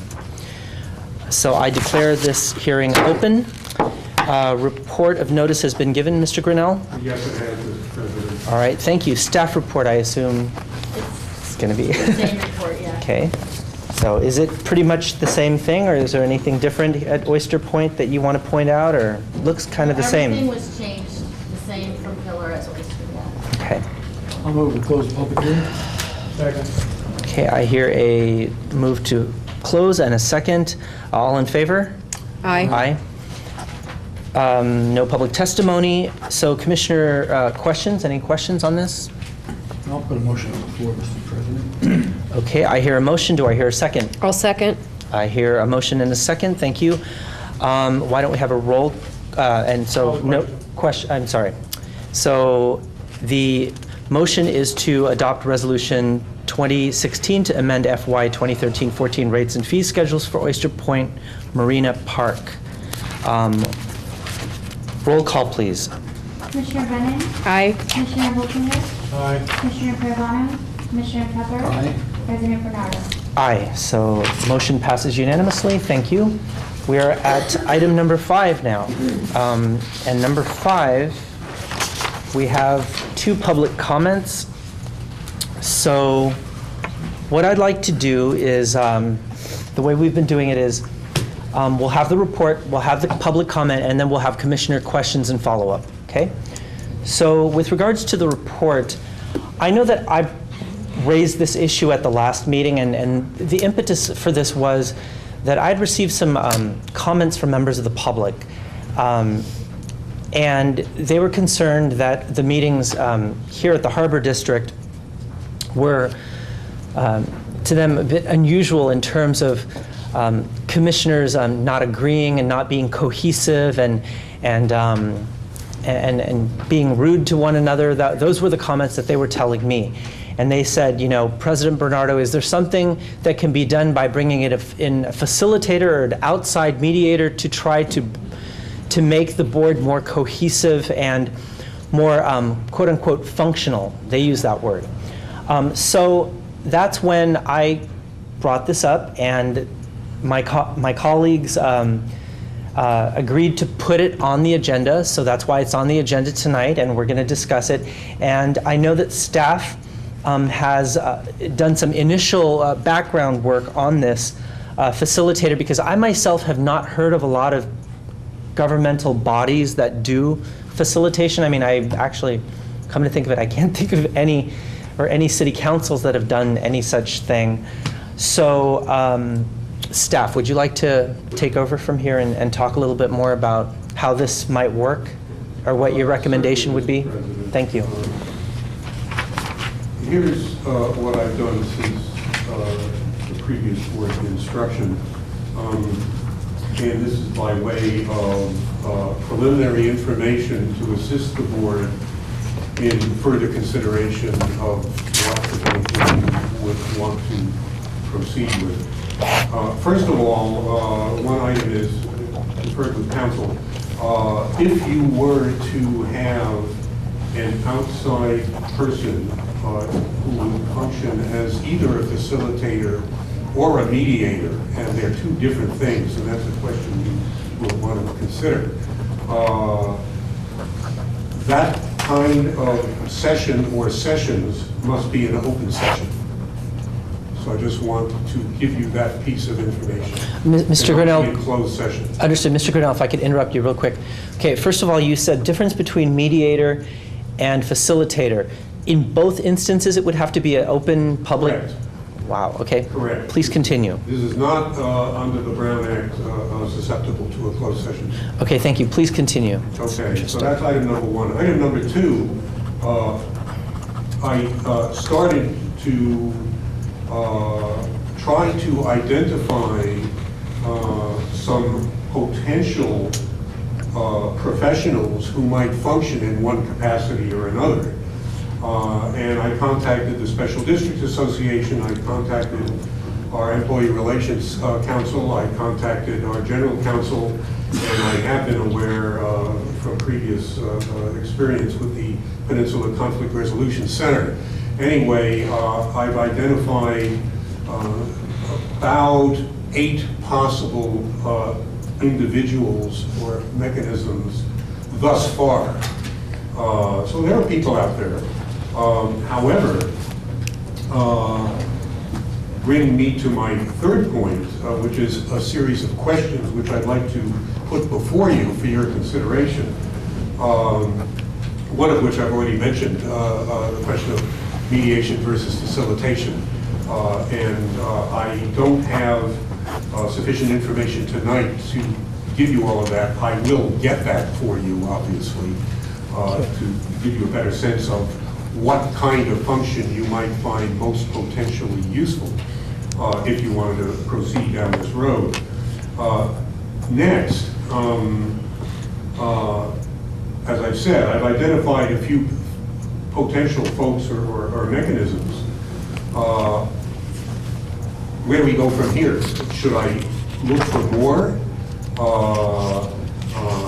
Should I instead stop at this point and actually contact these different individuals or sources and ask for background information, possibly even a preliminary informal interview to get a real feel for whether or not, at least in my estimation, and obviously it has to all come back to the commission, but just to get you information. For example, there were a couple of references given to me by Special Districts Association. Those folks appear to be primarily experienced and used by CSDA for things like strategic planning, where indeed you can have all kinds of dialogue and differences of opinion before you end up with your final outcome. So again, there's the question of finding folks who might actually be most appropriate in one role or another to work with you if you so chose to go there. Which led me to the next point. Well, maybe we should issue a request for proposals and really get it in specific and really make it clear what we're looking for. On the other hand, that has all sorts of questions and concerns that you might have. Again, these were just my own internal brainstorming that I felt that it was incumbent on me to bring before you for your consideration. Again, I would assume that going forward, you might in fact reach a point where the commission might have a series of interviews with prospective candidate facilitators or mediators. In other words, there's a question of process, how you want to go with this kind of thing. And so that was the extent of my investigations up to this point.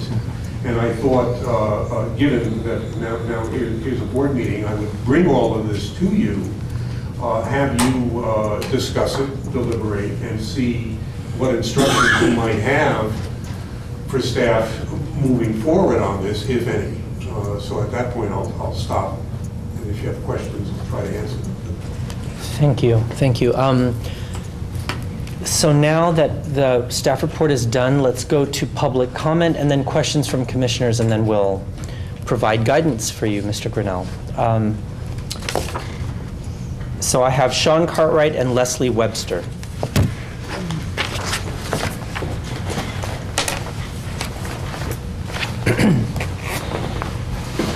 Initially, I was sort of feeling sorry for you guys when it was that it had to be in open session, that it couldn't be in closed session. I was like, wow, that's kind of embarrassing. Like, it seems like it'd be a lot easier to do things. You know, like you guys go off to a park and do some like session and hold hands and all that stuff. And it'd be a lot easier to do it that way. And then it struck me that since you do things so publicly and shamelessly, that I don't care. You guys have no shame, so it should be in public. I think it would probably be more productive if it was like in the park doing kumbaya and that we weren't all here for it. But everything you've done has just been without shame, so might as well be in public. But I really hope that you guys approve this, because just sitting here tonight, thankfully you stopped the snide comments after you got called out, but it's the snide comments, the inability to agree. It shouldn't be that, like, you made a motion a second ago, I'm over here, hi, but you made a motion and then Sabrina backed it up, and it was like, wow, that was a big moment. Like, you know, there was agreement there for a second.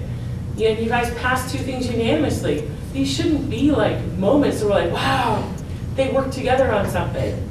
I mean, these shouldn't be hallmarks. They should just be like everyday things. But instead, they are like momentous occasions. And it would be nice to see you guys work together, to not sit there and snipe at each other all the time, and feeling like when we come here, we're doing battle. And that's how we feel. And some of us are working on campaigns right now, every single day, and it feels like that campaign is so much easier than coming to these meetings and battling with you guys. Because it's all the sniping and harping that you guys do with each other, and then sitting there and like, what are you guys gonna do today to undermine somebody else? What agenda do you guys have? What are you guys gonna do? What little comment are you gonna do? And that's how it feels, and it shouldn't. We should come here and say, hey, we're gonna talk about this issue. I wanna talk about this agenda thing. I hope they pass this. Oh, darn, that didn't go my way. And you leave. Sometimes you win, sometimes you lose. But instead, we come here like watching you guys fight, and we're ready to fight and fight you, and it shouldn't be that way. And that's because you've made it that way. We respond to you, and you guys act like children. And I really hope that you look at that and look in the mirror and realize what you've done. And I also hope you turn off the air conditioning, because god damn, it's cold in here. But, sorry. But it's just, look at what you've done and be proactive and think about what you look like as a body. And right now, you're very, very sick, terminally ill body, and do something to make yourself healthy and whole. Maybe not even whole, but just a little healthier. A little echinacea. Thank you. Leslie Webster.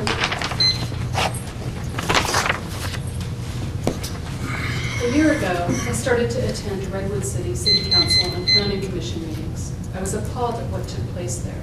Now, looking back, I'm impressed with Redwood City. Council, commission, and staff members treat each other politely and with respect. They get business done. In stark contrast, this Harbor Commission never seems to get any business done. You spend hours and hours working against each other. You do very little to help the harbor's tenants, the fishermen, and your constituents. You make absurd motions about things that should be discussed elsewhere. Please, please, please allow a mediator or a facilitator to actually help you. Because at this point, all you are doing is increasing the number of people who will run for commissioner in the next election and the number of people who will vote you out of office. Thank you. We are done with the public comment. Commissioner questions and comments. Commissioner Tucker. Mr. Grinnell, I'm really surprised that the Special Districts Association couldn't be more helpful to you. I am surprised that the Special Districts Association could not be more helpful to you. I can't believe we are the only body ever to face some controversy and the need for some facilitation. And I don't think it's mediation, by the way. I think it's facilitation. I can't understand that. I am very supportive of facilitation, or having somebody come in with an independent opinion or observation. But now I find that when you say that it's not subject to privacy, it's subject to public hearing, and I have a problem with that now. I don't know that we would be honest to each other in a public setting. For concerns of anything, videotaping, verbal recordings, I'd be concerned that we wouldn't be able to accomplish anything. And that's sad. I had hoped that it would be in private and with the facilitator professionally educated to help us out a little bit. Because I do think we are in need of some direction and some help in that area. But I know it's not going to come at a public hearing level. Okay, thank you. Are you finished, Commissioner Tucker? I am, thank you. Thank you. Do you have? Yes, I do. Comment? Commissioner Holsinger.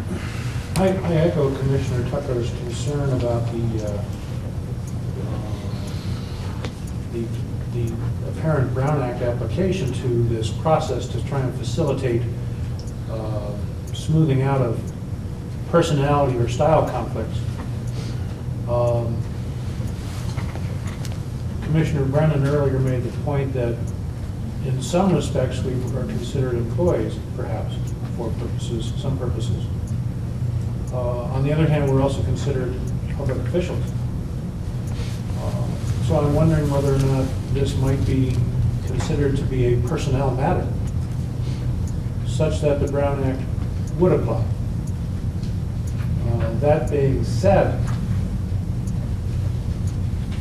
I think that if we are compelled to do this in public session, what really seems in my mind to make more sense is to have a trained professional, whether it's a facilitator, again, mediation, I agree, doesn't seem to be appropriate, perhaps a clinical psychologist, psychiatrist, whatever trained person, come and attend our meetings, review the videotapes or podcasts of prior meetings, and perhaps formulate some suggestions to us as a body that might be of help, and frankly, the impartial opinion of a hired professional who is not being asked to facilitate interpersonal dialogue, but rather to provide a professional observation about what they see as an impediment and perhaps suggestions about how to move forward, whether public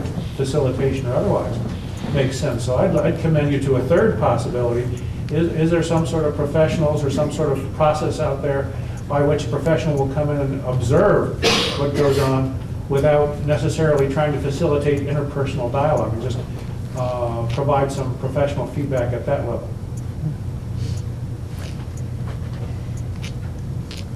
Anything else? Thank you. Thank you. Commissioner Brennan?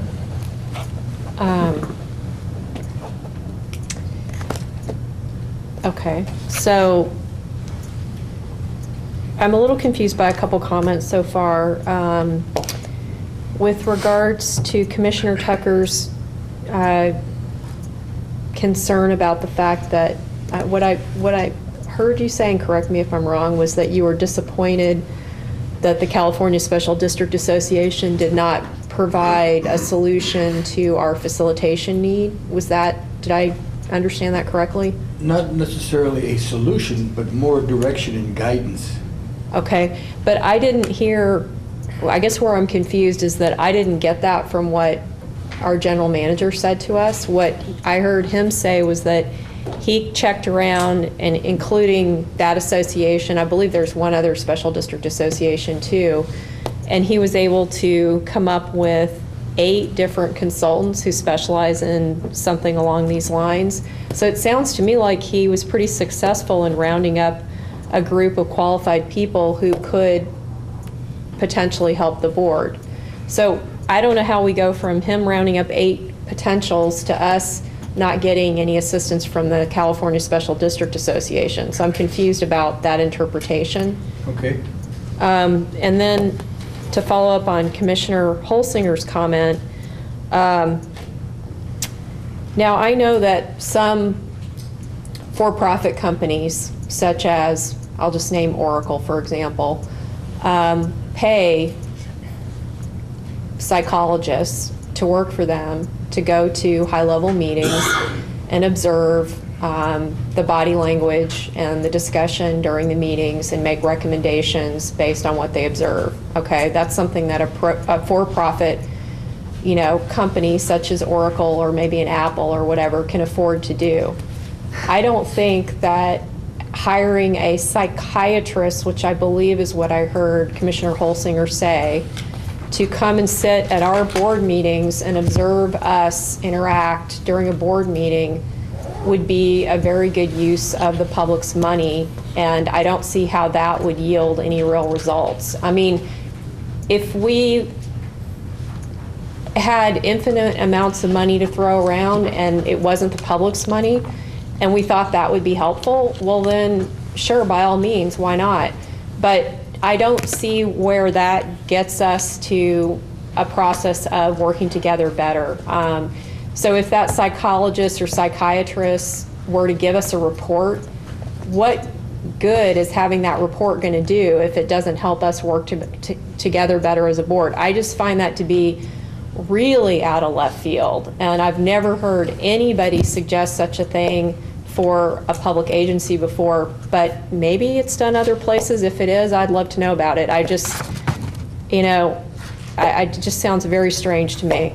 So since General Manager Grinnell has come up with 8 consultants that are potential people that might be able to help the board, I think it would make sense to take a look at their websites, their resumes, maybe have them come in and give a presentation to the board or interview them or whatever we're allowed to do within the confines of the Brown Act or whatever the requirements are. And as far as the facilitation needing to be a public process, well, that doesn't surprise me one bit. I mean, that's how they always are. So that doesn't mean that we have to have a facilitation where we're all sitting here and there's a facilitator, sitting down there. What that could mean is that we meet in a conference room and we have the facilitator there, we have the board there, and we have the door open and we have enough seats for the public to come and sit if they so choose. That's how I've seen facilitations done in the past, or sometimes they're called workshops. So that to me seems like the appropriate process. I don't find anything surprising about that. And I think that the board could really benefit from it, and I definitely support it. And I would certainly like to see information from the 8 consultants that General Manager Grinnell rounded up and find out more about what our options are and try to solve some of the problems that the board is having so that we can start to work more cohesively and effectively for the good of the people that we represent countywide. Thank you. So I am going to close out the discussion with just a few things. I did not know, I was not aware that any type of facilitation or mediation would require it being out in the open like that. Actually, that kind of took me aback because it made me think of like marriage counselors. I mean, if you had like marriage counselors open to the public, I just thought to myself, my gosh, that could be kind of disastrous. However, because we are a government agency, and that's something that, I mean, that is something that's the framework from which we always operate. We are a government agency. We do everything in the open. I get it. I still personally don't know how that's going to work. I mean, again, this is still just sort of in its formative stages. We don't really even know, too much about the research that Mr. Grinnell did. What each facilitator would do, or how they would configure the tables, that type of stuff. But in terms of just overall broad strokes, I like the idea myself, because I really would love to see us be a lot more effective, a lot more efficient, get these meetings, really, accomplishing a lot more than I feel that I know we can do. And so I like this idea myself, so I would be willing to see it, to go to kind of the next level and see what's out there. So what I'd like to do is I would like to take a vote, I'd like to hear a motion if there's interest there to move this forward, to get it to the next stage, which would be basically look at those 8 and then do a comparison and then try to narrow it down and pick one and do this. Mr. Grinnell. To follow your thought, Mr. President, here's a suggestion to facilitate this process, save some time. If that's the will of the board to move in that direction, the next step would be for us staff to obtain directly from these several people background information, whether it's on the website or otherwise, whatever, as much as possible, to provide you with a clearer sense, short of actually interviewing them, so you can see, and then maybe decide, well, let's look at all of them, or maybe let's only look at 4 of them, or so on. In other words, try to Mr. Grinnell, a bit more of a feel for what you're getting into. Yeah, so it's similar to basically, pretty quickly. Yes, so it's basically very similar to an RFP, where you would have a comparative matrix, company, price, scope of work, clients, and you could do a comparison, just snapshot page. So if that's the will of the board. So right now I want to go to the will of the board. Commissioners, do I hear a motion on this item? I think you just said it. Can you make it? But if someone, I don't know that I could restate it as well as you just did. I would make it, but could you make it? Because you just stated it really well. Thank you. Okay, I'll make the motion. I move that we move forward with, I move that we examine the 8 firms that Mr. Grinnell has examined and create a comparative matrix so that we can determine which firm we will use for facilitation. I'll second. And just for clarification, if I may, and that means direct staff to bring back information. Yes, correct.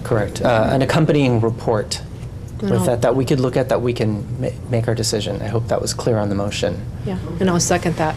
Okay, and there's a second. On the question of the motion. Yes. I'm still very reticent about the openness of the process, in the sense that I don't know how much we can accomplish. But I'm willing to support the motion to let the process go to the next level. And perhaps it could be explained to me as we narrow the field how it might be successful. And I'll try and remain open-minded. So it's my intent to support the motion. Thank you. Other comments? Commissioner Holsinger? Yes, I believe we're missing 20% of the significance of this issue with Commissioner Paravano's absence. He's certainly impacted by this. I don't know what questions or comments, opinions he may have, pro or con. I would like to defer this until he has an opportunity to consider it as well too, have a vote of the full commission. That being said, I'll abstain just for that purpose, recognizing there may be 3 votes to move forward. I also have my concerns again about the open process. I haven't heard any consensus about directing Mr. Grinnell to determine whether or not the Brown Act would apply if we're doing this as a personnel matter. So I'd like that question answered. I also believe it's reasonable for him to check to see whether or not, as an alternative facilitation, a consultant might be engaged, whether there is such a practice out there to observe and make comments preliminary to facilitation to make that a more effective process, particularly if we have to have a public process. So I have those reservations. I don't necessarily want to stop the process, but I believe I had some concerns and some inquiries and some requests that have not been attended to. And I believe we're missing one of our commissioners here who was affected by this. So frankly, I would rather give him an opportunity to participate in this process as well, too. Thank you, Commissioner. And I do realize that, while Commissioner Paravano is not here, if this motion were to pass, I mean, there'd be no reason why he wouldn't be involved in the next meeting unless he misses the next meeting. So, point well taken on that. He is an important voice in this decision and discussion. And so, with that, are there any more questions before we do the vote? Just a point of order. I guess I'm Yes. identified as the attorney in this. On the agenda, it's not on the agenda as an action item, and yet we're taking action. Is that appropriate under these circumstances? It may be, which is perfectly fine, but I just want to make sure that we're clear on the record. Did you just identify yourself as the attorney on this? I I'm thought I sorry. just heard you say that. I am an attorney Okay. on this commission. I'm not the attorney for the district. I'm asking for a point of order.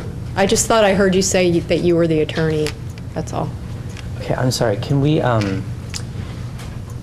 have our harbor attorney answer that question? It does not show as an action item, but you could give direction to staff this evening if you want to give direction. You're not taking any particular action. Thank you. So I would like to do a roll call, please, on this item.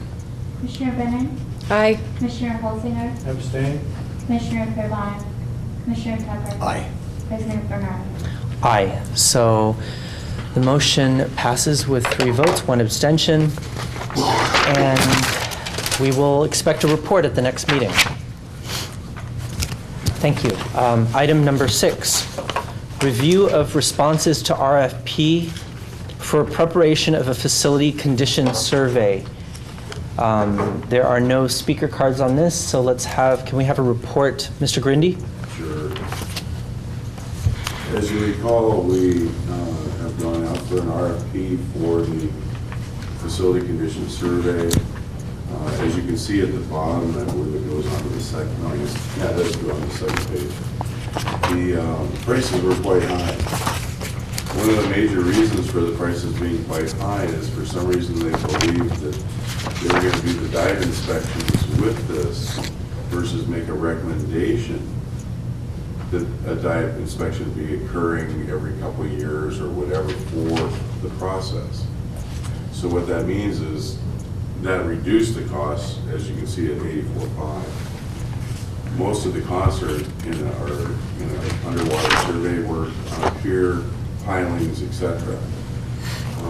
No idea why they put it in there. When I've asked a couple of them, they just said, well, that's what we expect to do. Yet when I've done this before in a facility condition survey, the intent of a facility condition survey is to state how often you would inspect, say, electrical panels, or how often you do something, and also what the condition is now. And in the case of pilings and such, they would do a visual this time to, wherever when the low tide hits, they could do a visual there, and if they start to see some degradation, they could then say, okay, in the coming year or 2 or whatever it might be, we recommend highly that you score it high, and then say, please have those specific piles inspected, or pilings, depending on which area it is. And so with that report, I'll take any questions. The other, I should say before I finish there, additionally, as you may recall, we also did This past 2013, earlier this year, we did an electrical survey. And in past years, we also had back in 2007 a version of a facility survey done, which gives a lot of background. And both of those reports assist in bringing the cost down. Thank you. Commissioner Tucker. Mr. Grindy, Moffitt Nickel knows about as much of this organization and our peers as anybody sitting up here in the dais.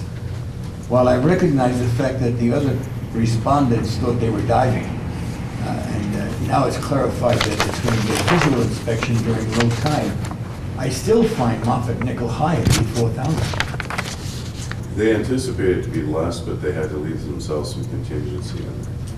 And if they don't exercise the contingency or have the need for the contingency, will they rebate us? Yes. How do we know that? I got to tell you, having had some dealings with contractors, I can't recall many contractors that submit a price of $100,000, for example, and then say to you, well, no, if it's less, I'll let you know. I mean, most of them say, well, it was right there. It was right there. We tried to get you a couple of, 84,000. They're, go ahead, I'll stop and listen to you. Suggestion for addressing that question. An action by the board to approve this could be conditioned on the contract, including a provision whereby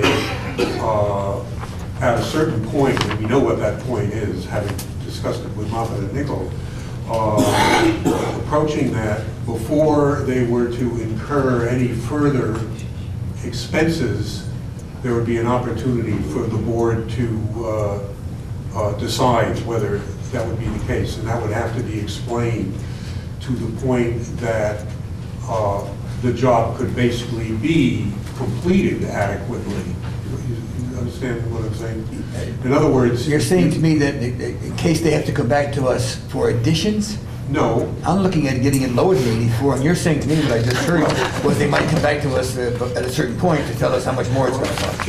What I'm getting at, without using the term change order, which I'd rather not, the ideal would be to say we can do it at this level, but before there's any question of any additional expense, the board gets another opportunity to decide. In other words, it would be equivalent to them saying, well, we'd like a change order, and before they were even in a position I appreciate to do that. You're going in the wrong direction. I'm thinking 84,000 is high, and you're saying to me they may come back to us, not with a change order. Oh, no, I'm sorry. Are you hearing that, or am I mistaken? I'm hearing that. I'm hearing the same thing you're hearing. If I may. Change orders up. Their expectation is that they can do the job for less than 84,000, but they want to give themselves what amounts to a contingency. And what I'm suggesting is that perhaps if the board chooses, you could approve at a lower level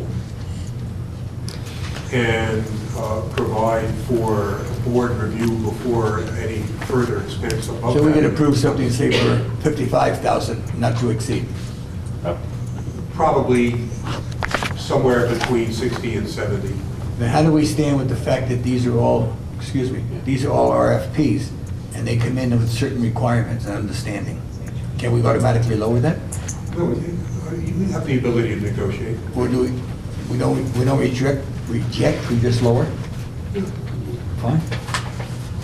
Commissioner Holstein. Yes, thank you. A couple of thoughts. If this were a time and materials contract not to exceed $84,000, it makes more sense than to have a contract for $84,000 and hope that in their good wishes and their efficiency, they'll give us a lower price. As I'm hearing that from someone whose opinion regarding construction matters I have some respect for, and because of the uncertainty about the diving that was going on, I'm wondering whether or not, rather than doing it as time and materials not to exceed, or some other fashion that we're now modifying from our original request for proposal, we don't just simply go out for a new request for proposal with the clarifications and see, and the community out there of contractors and businesses that have given us bids know what our concerns are, know what we're eliminating out, and see whether or not we can't get some new bids on a more tailored, more specific request for proposal. My only reservation concern about that, which is my inquiry, are we facing a timeliness issue that is so critical that we can't afford to do that? I'd hate to think that we're in that condition, in that situation for a condition survey, but I'm open to hearing that. If I may, Mr. Grinnell. Respond to Mr. Holsinger's point. He makes a couple of good ones. Firstly, yes, there is a timing issue on a couple of dimensions. One is that the sooner we get a good fix on the full state of our physical plant, the sooner we will be able to address both particularly urgent items, but also have, for budgetary reasons, for the next year, or year and a half, let's say, have a pretty clear idea of what our expenditure limits will be. And I know that Mr. Grindy and Finance Director Galarza and I have had several conversations about the balance between what amount to capital expenditures and state of our cash reserves and budget. And this information will be vital to a really proper and wise set of decisions. Again, we'll be coming up soon for a new budget. And so this information, if obtained within the next few months, rather than wait another 3 months to go through an RFP cycle, you know, plus negotiating beyond that, that puts us behind the 8 ball. There's yet another reason. This survey information will feed directly into the strategic business plan process, and that will save a lot of expenditure on reinventing the wheel. What's your feeling, if I may, Mr. President? What's your feeling? Will they go for 65? I would say somewhere between 65 and 70. Just so you know, I've used a firm before up in Washington State. They did similar for a marina, much larger, so when you combine two, it's somewhat close. And I asked him, because I didn't want, as a conflict, I didn't want him being involved in this project. Sure. And I asked him approximately, though, I sent him the paper, so what do you think it would cost? And he was in the 60 to 70,000 range minimum. Yeah, okay. I know about that. I have questions when it's my turn. Sure. Commissioner Holsinger and then Commissioner About Brown. how long is this survey process going to take? Do we know the estimated time? Usually about 3 to 4 months, and then it's good for about 5 years, because it staggers out your facility conditions. Like in 5 years, this roof is rotten or whatever it might be. And the winter season is not going to create a need for change orders because of the weather? No. All right. Okay. Commissioner Brennan. Okay, so Harbor Master Grindy just said that the process for doing this inspection or survey, whatever we want to call it, takes 3 to 4 months. Is that? Well, you're going to get a preliminary probably within 2.5 to 3 months. And it lasts for a total of 5 years. 5-year budget plan is what it does. And this is for both locations, Yes. Oyster Point and Pillar Point. Yeah. Is it required that we do this? Is there some law that we have to do It is this? not a requirement, but it's good business planning. Because To, then you're establishing what you're, when we come, like if you recall in the last workshop, I brought forward a 5-year budget plan for facilities. The piers, the docks, et cetera. because you just did this. But I did it on my knowledge of the operation since I just arrived. And what this does is it gives you more detailed information, it gives you more critical path issues.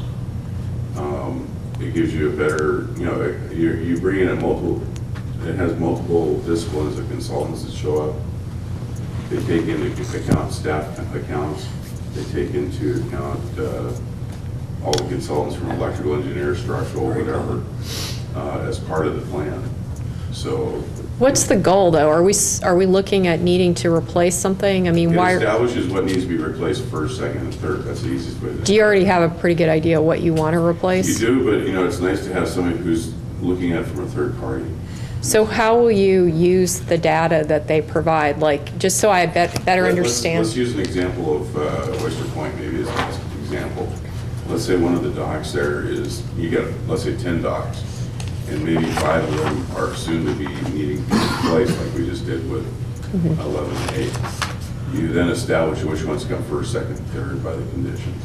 Would this be useful in the listing finger docks, or is this It different? comes out as part of the approach.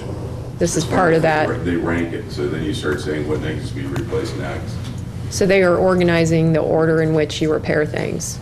It all Okay. gets prioritized. And the beauty of that also is that then, if we know we have a certain amount of dollars available this coming budget year to spend on facilities, then I can say, okay, working backwards into it, here's what we can afford to do this year. And I bring it forward. I have a few other questions, but what? I have something that may assist you, Commissioner. This Harbor District's past practice has been to do these things periodically. We've done it twice before, and the previous surveys provided a basis for budgeting. In fact, some of the repairs that we've just been doing or replacements come directly out of that previous work. So all of this is basically what I would call routine facilities business planning, and it's time once again to do this. We also We've done use it our before. insurance broker for some We're of that. doing it now, if you so choose. Okay, I just have a Commissioner Brennan, couple other yeah, questions. please continue. So, I'm just imagining, like, Monterey Harbor, for example, where they have a real skeleton crew, and granted, they don't have as much commercial fishing going on there, but they do have a lot of boats there, and they have a lot of visitor-serving activities at their port. They have their own staff people go dive and check out the quality of the pilings and compile all the data themselves, and they hire a couple of guys to maybe suit up and go down and help them with some of that on a part-time basis, but they're not hiring out consultants to do that work. They're doing it with their little skeleton crew. And I guess as like a small business owner, it's hard for me to understand like the need to hire out, this expensive group of consultants to come in and tell us what should be pretty obvious. We ought to be able to know just by looking around what needs to be repaired and then put it into some sort of order. So I guess let me just keep asking questions because I want to understand it, and if it's something we need, then that's something I need to know. So is this specifically just for pilings and for docks? It's facilities. So they look at... Pilings, docks, fingers of the docks. Parking lots. The parking lots, the ramps, the buildings. If I may just interrupt at this point, I'm sorry, and then we'll continue. Yeah. Not to be so critical, but I think all of that should have been in the report. I mean, I think there should have been even just 3 sentences on what is a facilities condition survey. When was the last one done? Why do we do these? I mean, kind of what does it cover? Just basic so that I, because I didn't know that, and I should have known it, but it would have helped to have it in the report. We Would have couldn't helped. know it because it wasn't in the report. I mean, unless, Yeah. I'd It talked to wasn't. Scott about it. Yeah, I'm but sorry, this please is- continue. No, I agree with you. Okay, so I do want to understand it. So now that helps me. It's a pretty big picture survey. And you said there was no diving included in this survey? No. You determined that we don't need any diving? We reduced the diving out, so that's why the shallow water, low tide inspections only. Okay, so they don't need to go on. Because when they do diving, it's not just jumping in the water and taking a look at the pilings. They're actually doing sample borings of the pilings. Okay. So they're doing sample drillings, they're videotaping what they do. It takes hours to do filings. Okay, all right, that helps. Just a couple other questions. So,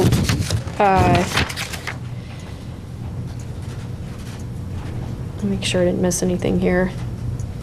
So then, just to be clear, that the results of this survey would clearly lead to larger projects where actual, real work would be done, not just... Either larger or smaller projects that are found during the survey.